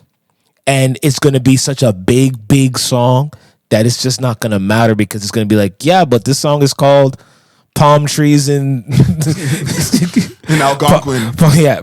Algonquin Park. You know what I mean? It's going to be something like that because it just has to, it has to happen. Yeah. You did 2 back-to-back shows at the stadium in Canada, in Toronto, and had these Canadians. Yeah. He can't let that go. I mean, let it go. But it can't be at the forefront of his mind. But it could be. But technically, it could be whatever he wants. I know. That's my thing. Oh, I think it should be whatever he want to do. Yeah. And nobody should have a problem with it. The question is it good or is it not? Yeah. And you know what? Shout out him on the new record with Smiley. To Mazza. Shouting out Brampton. He's like, fuck the Hamptons. You talking about Brampton? You talking about big up Brampton, Hamilton. You know what I mean? Real niggas. GTA. I love him. I love him leaning more into our shit. Most definitely. Most definitely. So I wanted to talk about what kind of time we got. No, we got time. I wanted to talk about a little bit of the BET Awards. All right. I mean, I know it didn't happen during our recording, it was kind of it happened a little bit earlier, way before our recording. But the reason why I know that the BET Awards was different is because I found myself looking for the bootleg because I missed it, and I looked on the timeline, and everybody was talking about it. Like in general, like the attention of the timeline was 1,000% fully focused on the BET Awards. BET. And the thing is that it has been a long time since there's been such a unanimous feeling of positivity towards the BET Awards, because it's always been a polarizing thing. First of all, the BET Awards is supposed to be something that rivals, Oscars, Grammys, is it? Things it's supposed to be held in the same esteem. Like if you have a BET Award, it should be like I have a Grammy, I have 2 Oscars, I have a BET Award. It's supposed to be held in the same esteem, but they don't look at it like that. No, because it's something that's black focused. I'm not going to say owned because the argument is that it's owned by Viacom and all these white entities, but whatever. But the fact is that the value that they bestowed upon the BET Awards has been diminished. What do you think for years? What do you think they value more, BET Award or NAACP Award? That is actually a good question. I think they would. Oh wow! I think they might value the BET Awards a little bit more. Who's they actually? But only because of the name, like just BET. But NAACP means more because it's like an establishment, and it's like It's interesting. That's a good question. I can't call it for sure, but if you're a musician, well, I know, but you have to look at the BET Awards as more, man, because they're the ones who put on for musicians. NAACP is more of an establishment, of a society, it's just different. wondering what people how they value it, like in terms of like when they receive it and they put it home. Are they like, yo, I got an NAACP award, or like I got a BET award? Like I just want to know what right. Look, I mean, the NAACP is the National Association for the Advancement of Colored People. I know, but the BET Awards is the Black Entertainment Television. And I don't know what NAACP has done for black music. Because MTV, but BET is like a MTV, like it's like MTV for niggas, yeah. Yeah, I mean, well, niggas get MTV awards. MTV awards is still around, but not as heavy. I know it's there's a lot more white, a lot more the niggas doing shit. But I wanted to talk about it a little bit because I ended up watching some of it. Yeah, I watched most of it actually. It was really dope. It's one of the best ones in a long time. At least the last 10 years, that's up there. And yeah, that's up there. Kevin Hart smoked that hosting. Yo, he's funny. And I need you guys to stop. Are people still saying that? That he's not funny? Yeah. Absolutely. That's boring. That's boring. That's the running show. If you want to say you don't like his stand-ups, yeah, you can't say he's not a great host. That I don't want to. That I don't know. You're capping, or you playing yourself. Mm-hmm. He is an amazing fucking host of award show. I don't remember watching him on any award show, and it was like not good.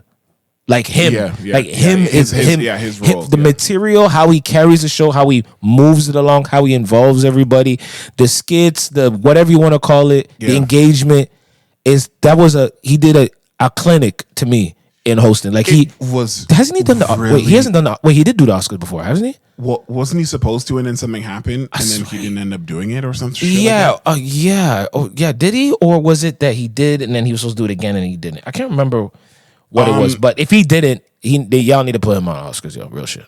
You need because there's a controversy. Yeah. He was gonna host the 2019 ones, and then he stepped down after the homophobic tweets happened. And I don't think he ended up doing it after. Yeah, he needs to do it. Yeah, I'll be honest. But for I was just watching his opening and how he was like commenting on people. Yes, and like integrating, like it was dope. And it's weird, and this might not be whatever, but I think his inclusion of Kai Cenat and Drewski and just him going on their lives, I think that has kind of helped him And I know I don't want to say it in a way that sounds like I'm saying, oh, they helped him, because he's helping them. He's mentoring them. They're mutually benefiting from each other. Yes. 1000%. Because when you go on somebody's live, do you understand that you have to be 100% on the entire time? Even when you're just sitting down, just like looking at the camera or talking to someone off screen or something, you have to be so engaging that there's no time for you to be off. You're always on. And you know what? And shout out to all the streamers, because just even doing this show, and, you know, sometimes I'm obviously, you know, I seem like I quote unquote know what I'm doing, or, you know, giving the information and whatever. But to be for hours on streaming and just your whole life, even when you're off, but you're on, that is a very difficult ask. You know, shout out to Kevin Hart too, because it is a fact that his condition to host was that Kai be allowed to stream freely. So were they trying to not make him stream? Yeah, he would. That was because TV, streaming, it's two different disciplines. Two different. And Kevin Hart said he has to be able to stream because he was streaming throughout the whole thing. Yeah, and if he doesn't, then he won't host. Do you know how disastrous that would have been if he wasn't hosting? But just the unity and the like. I see what this guy's doing, and I'm telling you guys this is gonna work, and I'm gonna stand by it, even though you guys don't understand it completely. But because he's been on the stream, more than once. He's been with these guys, and they look up to him. They respect him. He respects them. It's called mutual respect, guys. Yeah. And you do for me, and I do for you. Because look, right? He did for him. Yep. And now he goes to BET Awards and says, I'm going to bring you. And people who haven't seen the BET Awards ever, or people who haven't seen the BET Awards in a long, long time, or in the impressions or anything you want to call it, they've seen it through Kai, and that's because of Kev. So shout them out for doing that, man. Like that was genius. That was really genius. There is still, of course, they're still out to lunch on the conversion, and this is just the nerdy shit on the conversion of having people on the stream, how it converts to BET consumers. But I don't even want to focus on that. I want to focus on just the fact that just you can tell. Like, I don't know, because I watched shout out Big Tigger, because he shouted out Big everybody who watched BET throughout the years bootlegs, and I was watching the awards bootleg because, you know, they don't have it on the regular Canadian shit, but the commercials were so long that I understood where they got all the money from. Oh yeah, the commercials were crazy because it was like and it was long. Too. That's what I'm saying. Big because people say, "Oh, where are they getting all this money from?" Oh, you gonna pay? It's the commercials. That's why they were able to build. Building the 106 in Park set just for that segment within the awards, and then to go to everybody else's individual, the Playboy Cardis, the Lil Waynes, like. Kirk Franklin's, everybody. The tribute sets, like Gloria, like everybody's set, it was so high produced. Like highly produced, and like they were really trying to pay homage, because, you know, the argument is that if you look at BET, the golden age or whatever would be through the 2000s. You know, because that's where we're watching. That's where we were watching most of the music videos. Yes, and Kevin Hart even talked about it when he said that. Y'all were watching the Soul, like he talked about how Soul Plane was in. I think he said that Soul Plane was in the theaters and on BET at night, after Tip Drill or whatever. And it's like, holy fucking shit! So these things were going on simultaneously, it's crazy, the same time, and being ingested, and like obviously the Canadian BET whatever is kind of a little bit different, whatever, but. We always saw the temperature Sean Paul at the beginning of that damn friggin'. And yo, the day that I found out that whatever stream of BET was different that we were getting from the American one, that hurt my feelings. That was like finding out Santa wasn't real, even though I never believed in it. But when we found out that the Canadian, what they showed us was different from theirs, completely fucking different, completely different. The only time, except just 106 in Park when that was on, yes, it was no. the same. Oh no. Yes. But the tape that gets put in after when they start playing Temperature or whatever, they were playing TV shows, and other shit that because the Canadian syndication, all this because Canadians content. Had exactly. But it was crazy. But yo, there was so many things of the BET Awards, like they really highlighted Like seeing Bow Wow perform, It's crazy. and then understanding, this nigga has been performing from when he was a kid, because like he was putting on because you're a performer, he was putting on a clinic.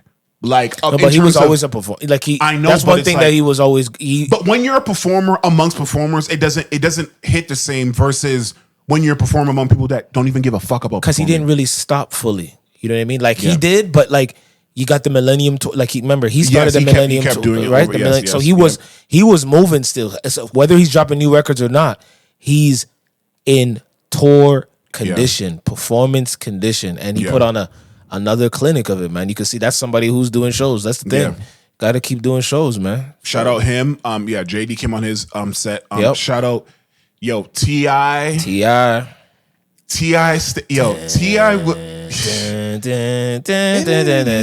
one of my favorite songs. Oh, come on, and which is a diss to Little Flip because hip hop is see. So Pusha T, he's only everybody disses people, yo. This is not. I don't know what to tell you guys. Everybody disses people, yo. Go check Taylor Swift. If you go look at some of her records, she's dissing people too. All her exes. Beyonce dissing people. People diss people, man. It's what it is. Dissing her husband. Like enough. No, everybody does it, man. The shows do y'all ever watch Simpsons? They diss other cartoon shows too. Yeah, like Family Guy. They all dissing each other. This is what happens, man. Like no, that's oh my God. CNN to Fox. Like it all. Like what are we talking about? Yeah, it's what was the conflict? PK went on went on First Take and was dissing basketball. That's all he played. Exactly. He dissed the NBA.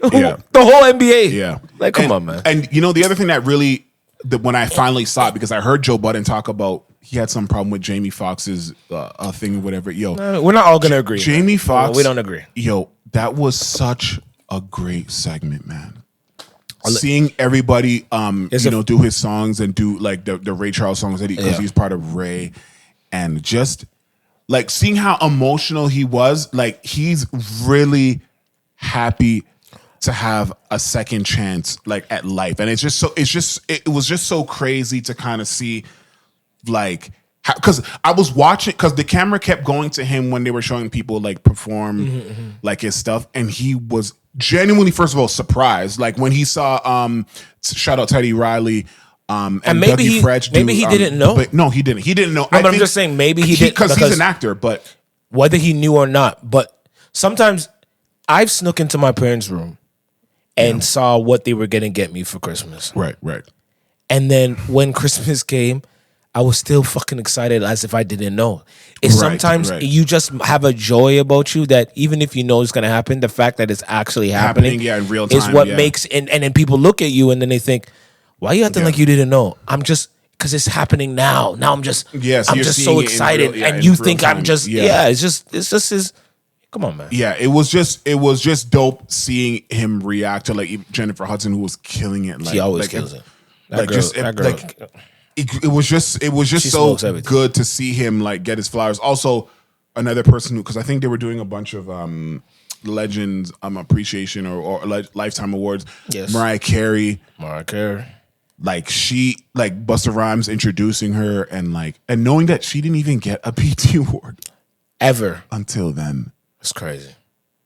That's why it's like when what's her name's what's her name won the Christian won the gospel Glorilla, which her name is Hallelujah. When Glow won hers, and she's been nominated.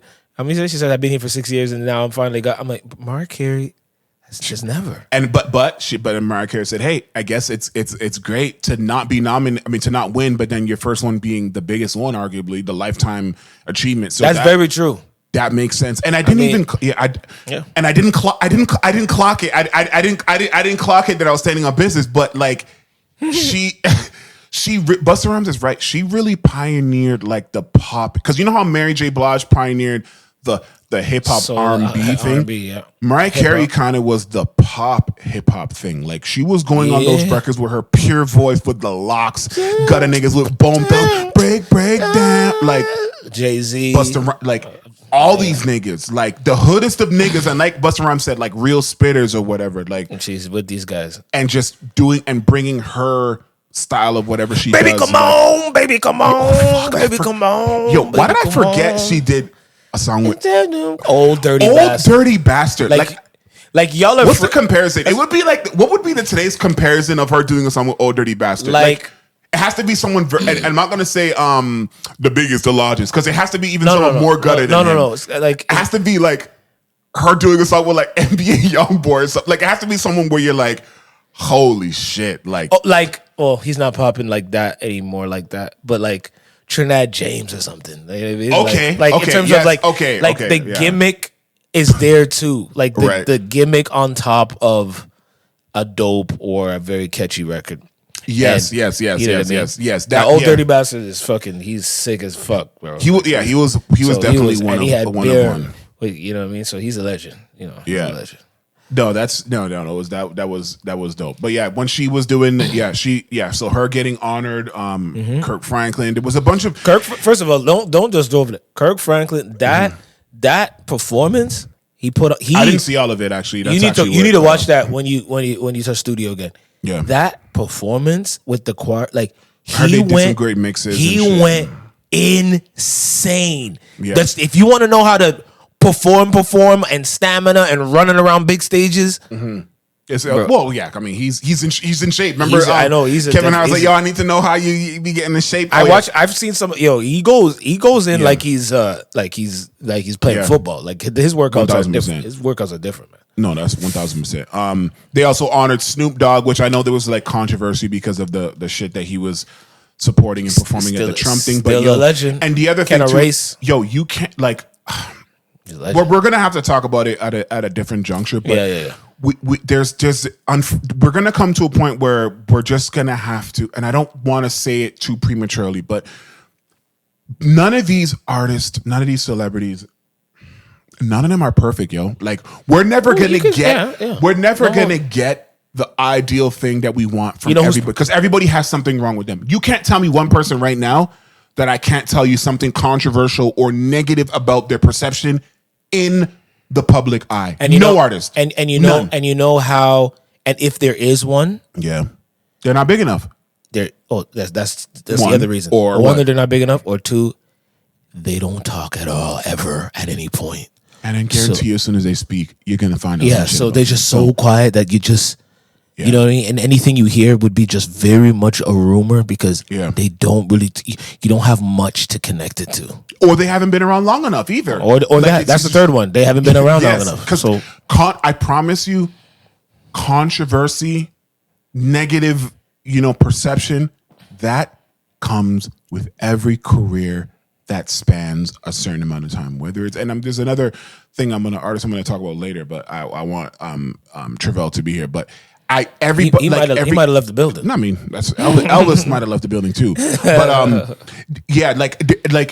we're never gonna get the things that we want from an artist to say this is an idyllic person and a person that I want to emulate, because there's always gonna be something negative that you just can't. No, you just can't escape, yo. So it's just, and obviously some people's low points and negative shit is gonna be worse than others. Like obviously that's just what it is. But some. But everyone has it, no matter who it is. Also, shout out Leon Thomas, because he won the best new artist. That nigga is too good with this music, yo. Songwriting, vocals, playing guitar, playing in general, and his music, music. Because that's the thing. There's a lot of people that rap good. There's a lot of people that sing good, but I'm talking about people that put the marriage of the two, yo. Put a record together, though. That the record is just fire, or it's just great, or it's just beautiful on the ears. Yeah, Leon is a different breed, bro. And we've seen it, and just even hearing his music, even when he wasn't as big, even when he was just working on doing all the production and stuff on Certified Lover Boy, he's just been so great at music from when he was on the fucking the show with Victorious and all these different shows. Like he's been so invested in music, that like the loving of the music itself. In general. Yep. And I remember when Kevin Hart joked about Kanye saying, trying to call in to get in, and he's like, don't let him in or whatever. You know how Ye is really out of the loop because he should have been a part of that performance of the Jamie Foxx tribute. I know. He should have been doing Gold Digger and Slow Jams because those were two iconic moments Big records for the guy. Of Jamie. And like, you would think, I wonder if he was asked and he just, I don't know if he was asked. I don't even think they bothered. They're probably just like, yo, whatever. He might like, not even. It's like, it's okay. He like, might not even. Like, reach. yeah, he's okay. Like, it's okay, fine. Like, but Travell, did you see the BET Awards? Any of it at all? Like, that's what we've kind of been talking about. It was just really like talking about the tributes, the different things. Like, saw Kaisa not no Wale. Well, yeah, that was that was through the stream. Yeah. I saw. To be honest, I actually probably saw the best BET Awards show I've seen. It was. That's what we were saying. It was the best. It was the best, and they really put out the red carpet, the dollars. They brought everybody back. They were trying to make it the best, which is what you love to see. Like when you see effort and then the execution works, it's like, yeah, I saw that. Rare. I saw that. You brought everybody here. The performances were all great. Yeah. The show running, the host, in and out, everything looked good. People looked good. There. People were there. Most of the right people got the awards. You know what I mean? People. Kendrick was there. He picked up a bunch of awards. We just said Kendrick, who was one of. This is the biggest he's ever been, and he's at the BET Awards. Yeah. I mean, these are all check marks, man. Yeah, they shout out to them because they really they don't always get it right, yo. And you know what? I even look because I know a lot of when I was on the timeline, they had Molly. They had Molly on friggin' on the pre-show. Oh, the pre-show thing. Yeah. I think she closed it or whatever.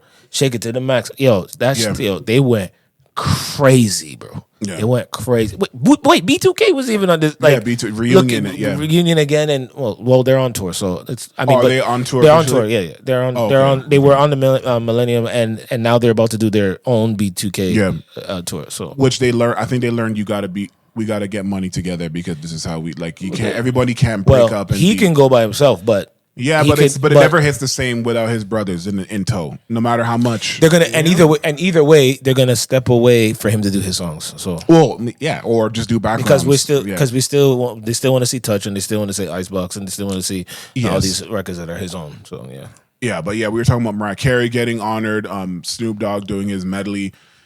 With Charlie, Jamie Foxx getting honored and shit. Kirk did too, and Kirk. That was the four of them.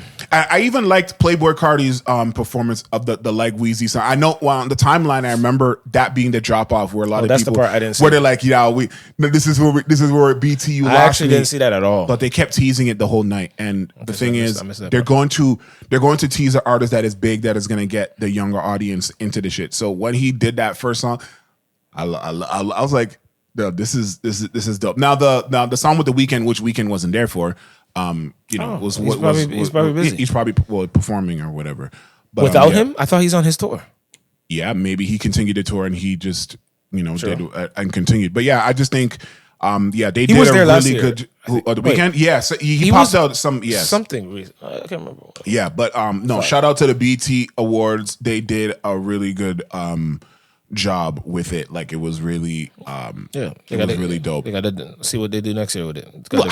I don't care about next year. But when you get it to a level, then you know what's it's so gonna eerie? be easy to see if it's regressed. I watched it later, right? And watching, and this is gonna be a terrible tie-in because we don't have all the information, but watching Tyler Perry talk about all the monumental stuff he was talking about, and then being him now being sued by an ex-worker actor. That guy, right? Yeah, on what show was it again? The Oval. The Oval. It's $250 million. It's because you know those conspiracy things where it's like, they only get at niggas when they at the top. Because I was gonna lead this show with bigging up Tyler Perry because everybody just keeps. So now we're not bigging him up anymore. Down. No, but it's just funny that now that I came to do that there's all these new allegations. There's another one besides that guy? No, but I'm saying a $250 million lawsuit is a pretty big deal of someone who, and obviously of a male. So now you bring in, the thing that plagues the black community, which is sexuality. And then you talk about sexual misconduct and you talk about. Did you see any of this? Did you see any of the messages? Yeah. And none of them were like, oh my God. Let me tell you something. Okay. Whatever that guy is talking about, he better be coming better. Pause. He better be bringing something better than that. Right. That's all I'm Terrell, did you see any? Did you see any of it? I read it, and then I'm not in the victim. I got. No, I'm just saying. You're not in the victim. What? Proving? He said. I don't make victims prove their. Oh no, I didn't say anything about proving. You have to prove. What do you mean? Wait. That makes no sense. In the court of public opinion. Oh, okay. Yeah, that's different. But that's leaked. I mean, that's not the whole so all I'm saying is, if you say I want 250 million, you think he needs that more? If this is the type of sentiment that he's going to be bringing, if that's the type of category of stuff, it seemed like they didn't have nothing when they brought Diddy down there. So, yeah, but they have an extended period of time. Diddy a terrible dude. Yeah, but they say that on record. But Diddy's not running a criminal conspiracy to pipe these things. Apparently, and now we've gotten information from why 50 Cent has been hating this nigga so much hate him for the rest of my life as well. Because I think it's two of it, because it's the Daphne chick. Is it for sure? And then another girl, apparently. Daphne Joy's Jane Doe, apparently. Yes, one of the Jane. Yeah, but I heard there was another person, or unless I'm misinterpreting that. No, but it's more so that, like, yo, if you're 50's baby moms, what are you still doing, like, pushing ass for cash? Maybe he's not giving her money. Stop. No, I cannot speak for the. I can't. Wasn't it 50 who said, "Have a baby, buy me baby"? He literally said apparently that's false. Maybe he didn't write that. All right. Maybe that was Lloyd Banks. No. Did you ever think about that? I didn't. We on fire. Because he. Okay, then if he did, then it would be you did for me, and I did for you, because he wrote that. Didn't do the on fire. He did that. Who did that? Yeah, 50, I said Lloyd Banks. I said. Yeah, no. So 50 Cent did that for Lloyd. So if you're saying Lloyd did that for him, then fine. If that's what you're saying. Yeah. No, okay. No, that's no. I can. 50 writes hooks and checks. I don't want to hear nothing. He did it himself. Yeah. But I'm just saying, that guy better. I'm just saying, whatever it is, just bring. I have little information. Have more information. But I mean, whatever. Seems like 200 and 250 is always the number that everybody's going to be like aiming at right away when we first hear. Why? Did someone else have that number too? No, I mean, big numbers. What do you mean? Some of these. Oh, but I'm saying that number you said. Some of these Diddy things have been stated with numbers that start off very, very high, like that. Okay, I'm just saying, but make sure you bring your information, because I tell you, if you. Let me tell you something. The Tyler, when are we comparing Tyler to David? David, are they comparing Tyler to Diddy? Because no. Actually, there would be parallels, I guess. Yeah, parallels. Tyler, because you're in a position of power. Tyler Perry made more millionaires than the lottery. And that's and when he said that, like that's what I was telling O'Shawn. I said it was so funny because I came in here. And I was going to be praising Tyler Perry. Black people, actually. Well, I was watching recently his BT speech about how he made more millionaires. And then my heart just went, like, it beeped a little bit because it's like, like, it's so ironic that now they're coming to crush him after he talked about doing Who's that. they? One guy. Yeah. That's not they. But it's they. Isn't there some people with guy to be, and they're giving it credence? It's him by himself. He woke up in the morning and said that he went to the court office. I'm a victim. I'm making a claim. All of Hollywood isn't turning on Tyler. They're saying, if he did this, that's foul. That's not wrong. Did what? Who said that? Why are you misconstruing what I'm saying? Yeah. I'm just saying he's it was doing just that so thing ironic again. that after I hear that and see him say that this now comes out because so far the only indictment against Tyler Perry has been that he's putting black women through the ringer and making black people look bad through his content. It's never been that he was touching another man. This is new. So can we at least recognize that this is a new thing? All right. Like, I didn't mean to come for your guy. Which guy? Your guy Tyler. Wait, he's my guy because I need the guy. But we can end it on the both y'all guys. The Lakers thing, because that was something that you had broke a little bit, and I wanted to. I didn't break anything. You did right away. You said it's over 10 million. I mean 10 billion. It's the largest sale of a sports enterprise in the history of the planet. Yeah, there's not a single thing that in sports that's sold for more than that. Well, then no one's selling the Cowboys, so I mean, purchased by that would be like that. Who knows? Because I mean, my thing is like, I'll wait for his kids, right? Because Dr. Jerry Buss bought the Lakers in 1979 for $67 million. 67. He liquidated everything to get that. Channel that show. It goes now for $10 billion. That's the valuation. Was that the actual purchase? That's From a guy. Well, Celtics was 4 or 6. TMG. What was the company? 6. I don't know the whole name. I don't know the whole name. He owns part of the Dodgers. Owns part of the Dodgers. So he was already group. The Guggenheim 65-year-old guy, older guy. Yeah. Younger than Genie, actually. So it's interesting that he wants to get into the business, but he's done great stuff with the Dodgers coming into LA now. He's obviously going to invest. My thing is, just from an entrepreneurship business perspective, it's always been, if you're on the sports level, you always say, man, I want to own a sports team.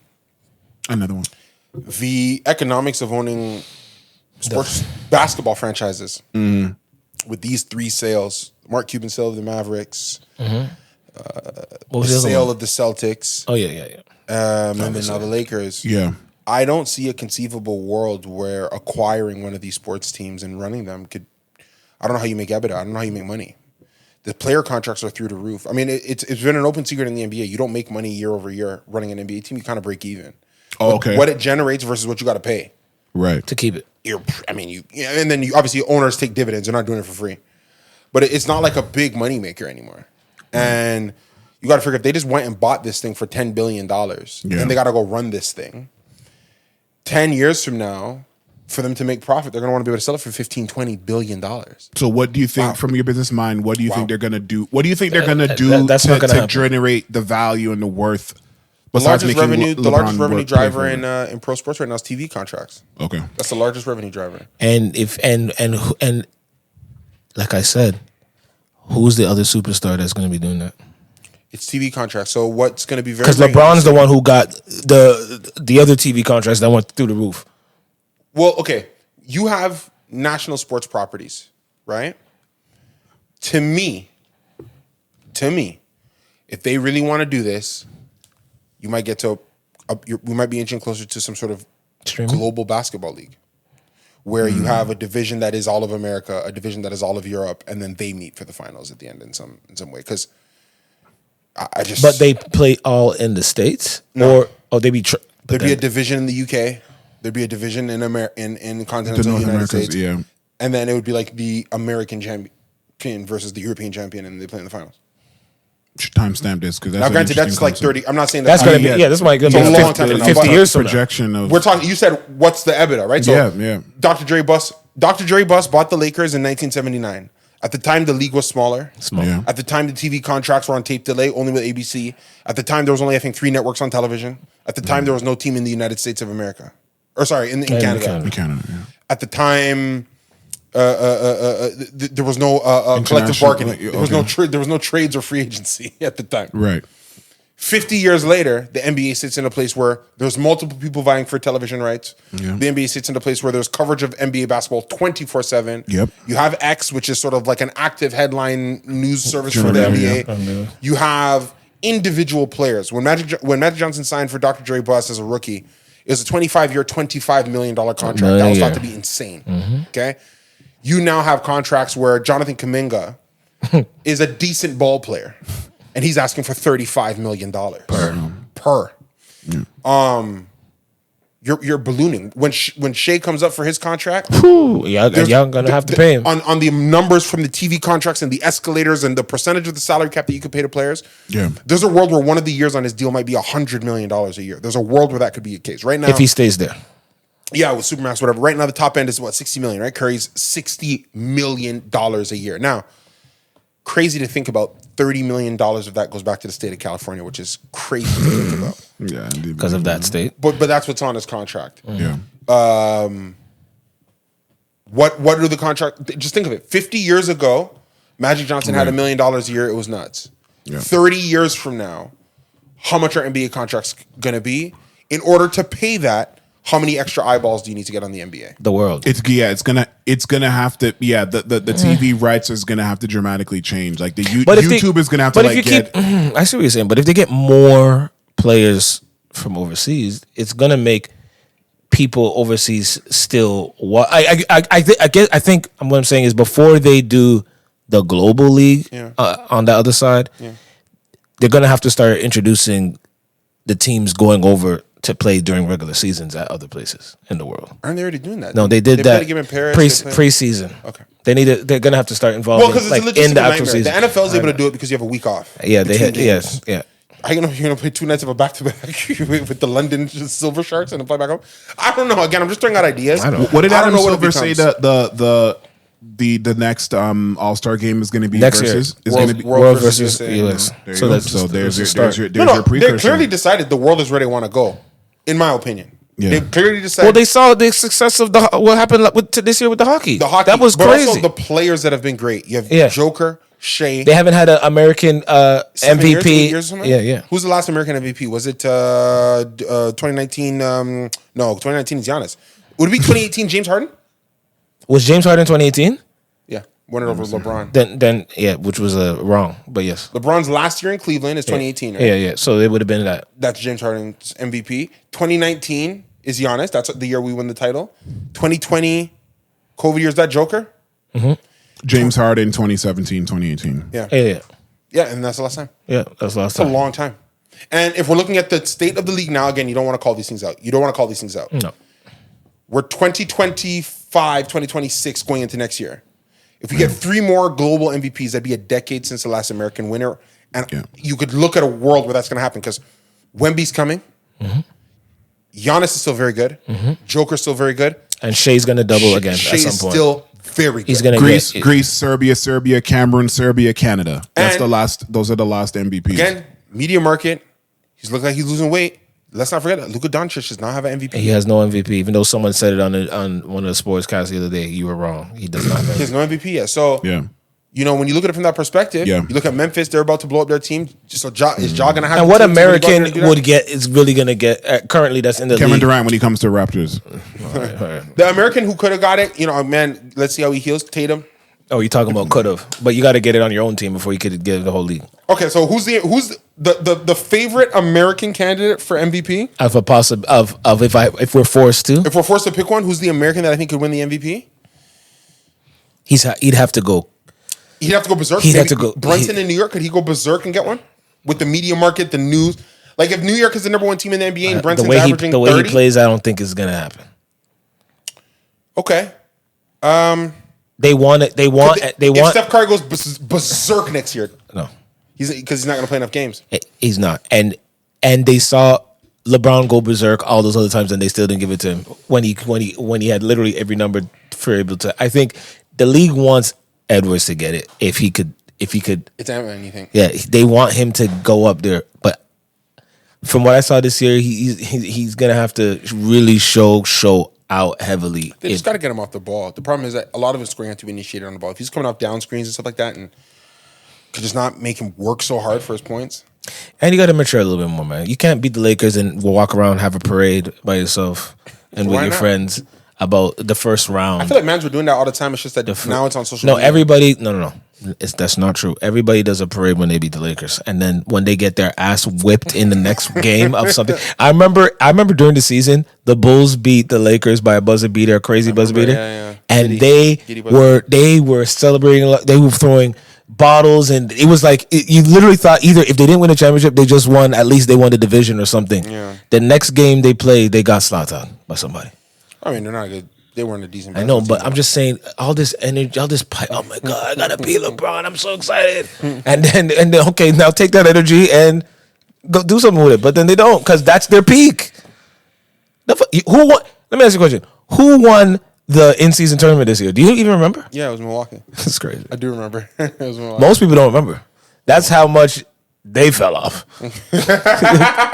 And y'all are wondering if he's gonna still stay there. No, come on, Masai. Work at He's getting, gonna stay. huh? You can't trade for Giannis. No, he's not going to trade. He They might just not did leave this 4 year. first-round picks This year or next year? Baines. Yeah, It's too but expensive. That trade made me realize, this is gonna be too expensive. 4 there, I forget what Baines, he averages 20 points. I forget who said, but there's 2 of those picks is misleading. I gotta check. Like 2 of those picks. The thing I are heard is very the misleading. KCP thing that they're trying to offload the KCP contract, so they paid And there's extra that. to offload his contract. Yeah. It's still 4 unprotected firsts.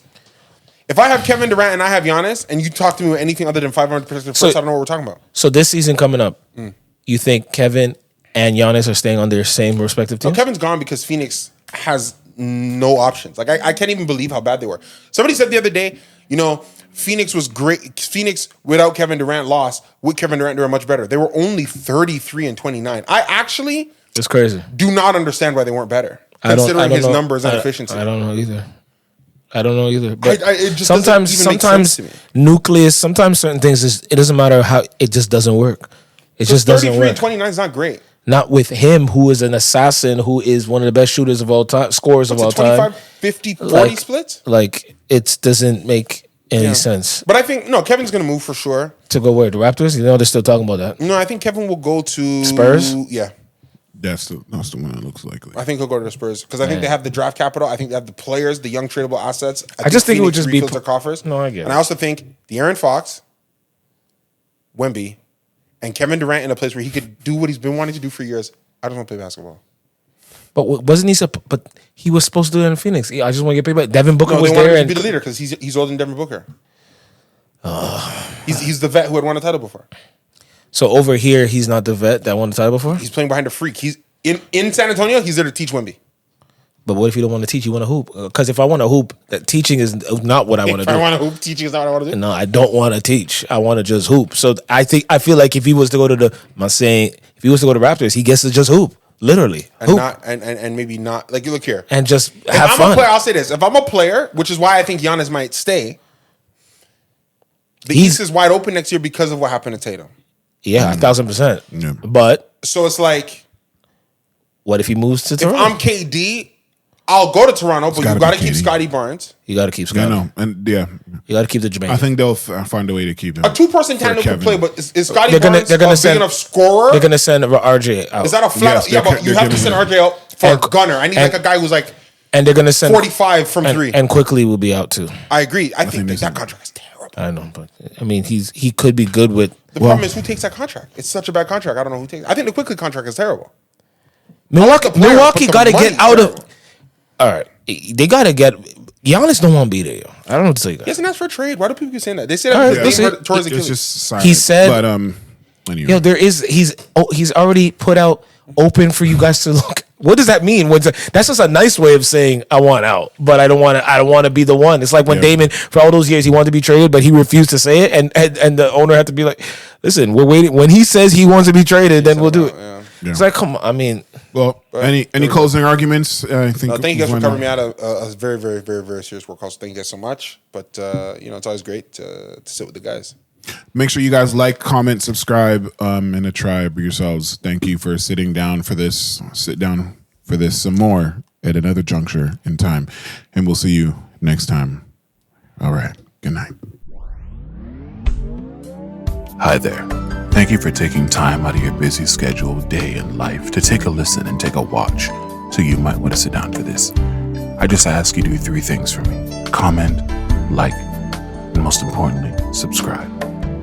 Thank you for your added and continued support, and we love and appreciate hearing from you. So make sure you comment, like, and subscribe on our TikTok, Twitter, Instagram, and of course, most importantly, our YouTube. Thank you for watching our clips and our segments, and we look forward to speaking and hearing from you more as time goes on. Thank you very much for being a part of the You Might Want to Sit Down for This family. We thank you and we love you and we appreciate you. And until the next one, you might want to sit down for this. And if you're standing, sit your ass down, motherfucker. We back in this bitch, man. And we flexing. We doing our thing. Thank you. This concludes our broadcast. You might want to sit down for this.